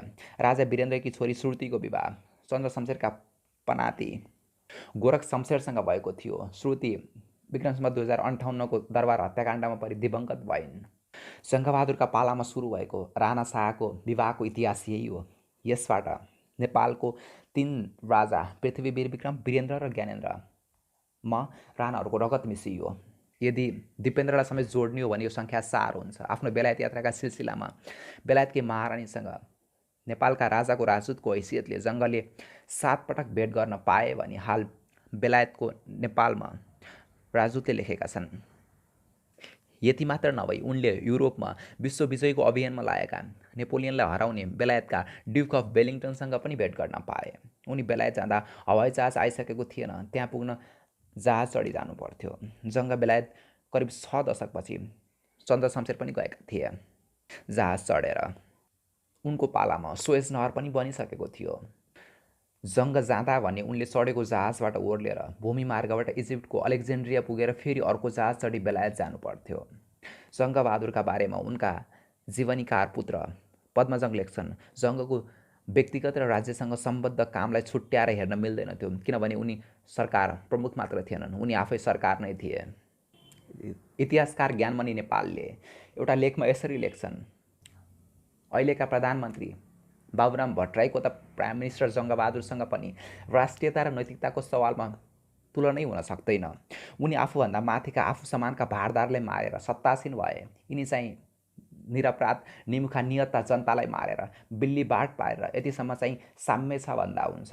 जङ्गबहादुरसँग राष्ट्रियताको चुरो मरेको थिएन। ब्रिटिस सरकार प्रमुखसँग पनि यिनले आफ्नो देशको सम्मान राखेरै रहे। मिलेरै भए पनि नयाँ मुलुक ल्याए। लडेरै भोटमा नेपालको व्यापारमा आधिपत्य जमाइराखे। नयाँ मुलुक फिर्ता ल्याए। तर नयाँ नेपाल बनाउँछु भन्ने अहिलेका प्रधानमन्त्रीमा त्यस्तो गुण ठ्याम्मै छैन। विदेशीका एजेन्ट र सामान्य कर्मचारी समेतको हेपाइतमै यिनीहरू परेको देखिन्छ। जङ्गबहादुरले बेलायतबाट फर्कँदा एउटा छापाखानाको प्रेस लिआएका थिए, जुन सायद नेपालको पहिलो प्रेस थियो। यस प्रेसबाट देव शमशेरका पालामा गोर्खापत्र पनि छापियो। अङ्ग्रेज इतिहासकार जोन वल्टन र ऋषिकेश शाहले जङ्गबहादुरको बेलायत र फ्रान्स भ्रमणले उनलाई नेपाली समाजमा नयाँ परिवर्तन ल्याउने प्रेरणा दिएको कुरा पनि लेखेका छन्। अमेरिकी राजनीति शास्त्री लियो रोजले भनेका छन्, जङ्गबहादुर र चन्द्र शमशेर नेपालका ठुला वीरहरू मध्ये मानिन योग्य छन्। उनीहरूले देशको हितको ख्याल राखी काम गरिराखेका थिए, अथवा राणा परिवारको अथवा दुवैको जस्तो वास्तवमा भए जस्तो देखिन्छ र व्यापक ऐतिहासिक दृष्टिकोणबाट केही फरक पर्दैन। तथ्य कुरो के हो भने निजहरूले आफू रहेको समयका निमित्त सुहाउँदो नीति बनाएर त्यस नीतिलाई निकै प्रभावकारी रूपमा लागू पनि गराए। यस प्रतिक्रियामा तिनीहरूले भारतमा ब्रिटिस साम्राज्य समाप्त भएपछि स्वतन्त्र राष्ट्रका रूपमा नेपालको उदय हुन सम्भव गराए। समष्टिगत रूपमा के भन्न सकिन्छ भने जङ्गले आफू तानाशाही भए पनि देशमा स्थिरता ल्याए। राजा नामका मात्र भए तथा सम्पूर्ण शक्ति आफैमा ल्याए। नेपालले सुगौली सन्धिमा गुमाएको केही हिस्सा फिर्ता ल्याएर नेपालको स्वतन्त्रता कायम राखी अङ्ग्रेजको अधीनमा नबसी यस्तो वातावरण सिर्जना गरे जसअनुसार 2004मा अङ्ग्रेजले भारत छोडेर जाँदा नेपालले स्वतन्त्र भारतमा मिल्नु परेन। जङ्गबहादुरका पालामा एउटा स्कुल पनि खोलिएन, न कुनै अस्पतालको स्थापना भयो, न कुनै कारखाना, 1 माइल सडक पनि बनेन भनी दिल्ली रमन रेग्मीले लेखेका छन्। हवस् त, जङ्गबहादुर राणाको जीवनी यही पुरा हुन्छ जस्तो लाग्छ। त्यस्तै प्रतिक्रिया दिन नबिर्सनुहोला। साथै हाम्रो च्यानलमा नयाँ हुनुहुन्छ भने सब्सक्राइब गर्न पनि नबिर्सनुहोला। धन्यवाद।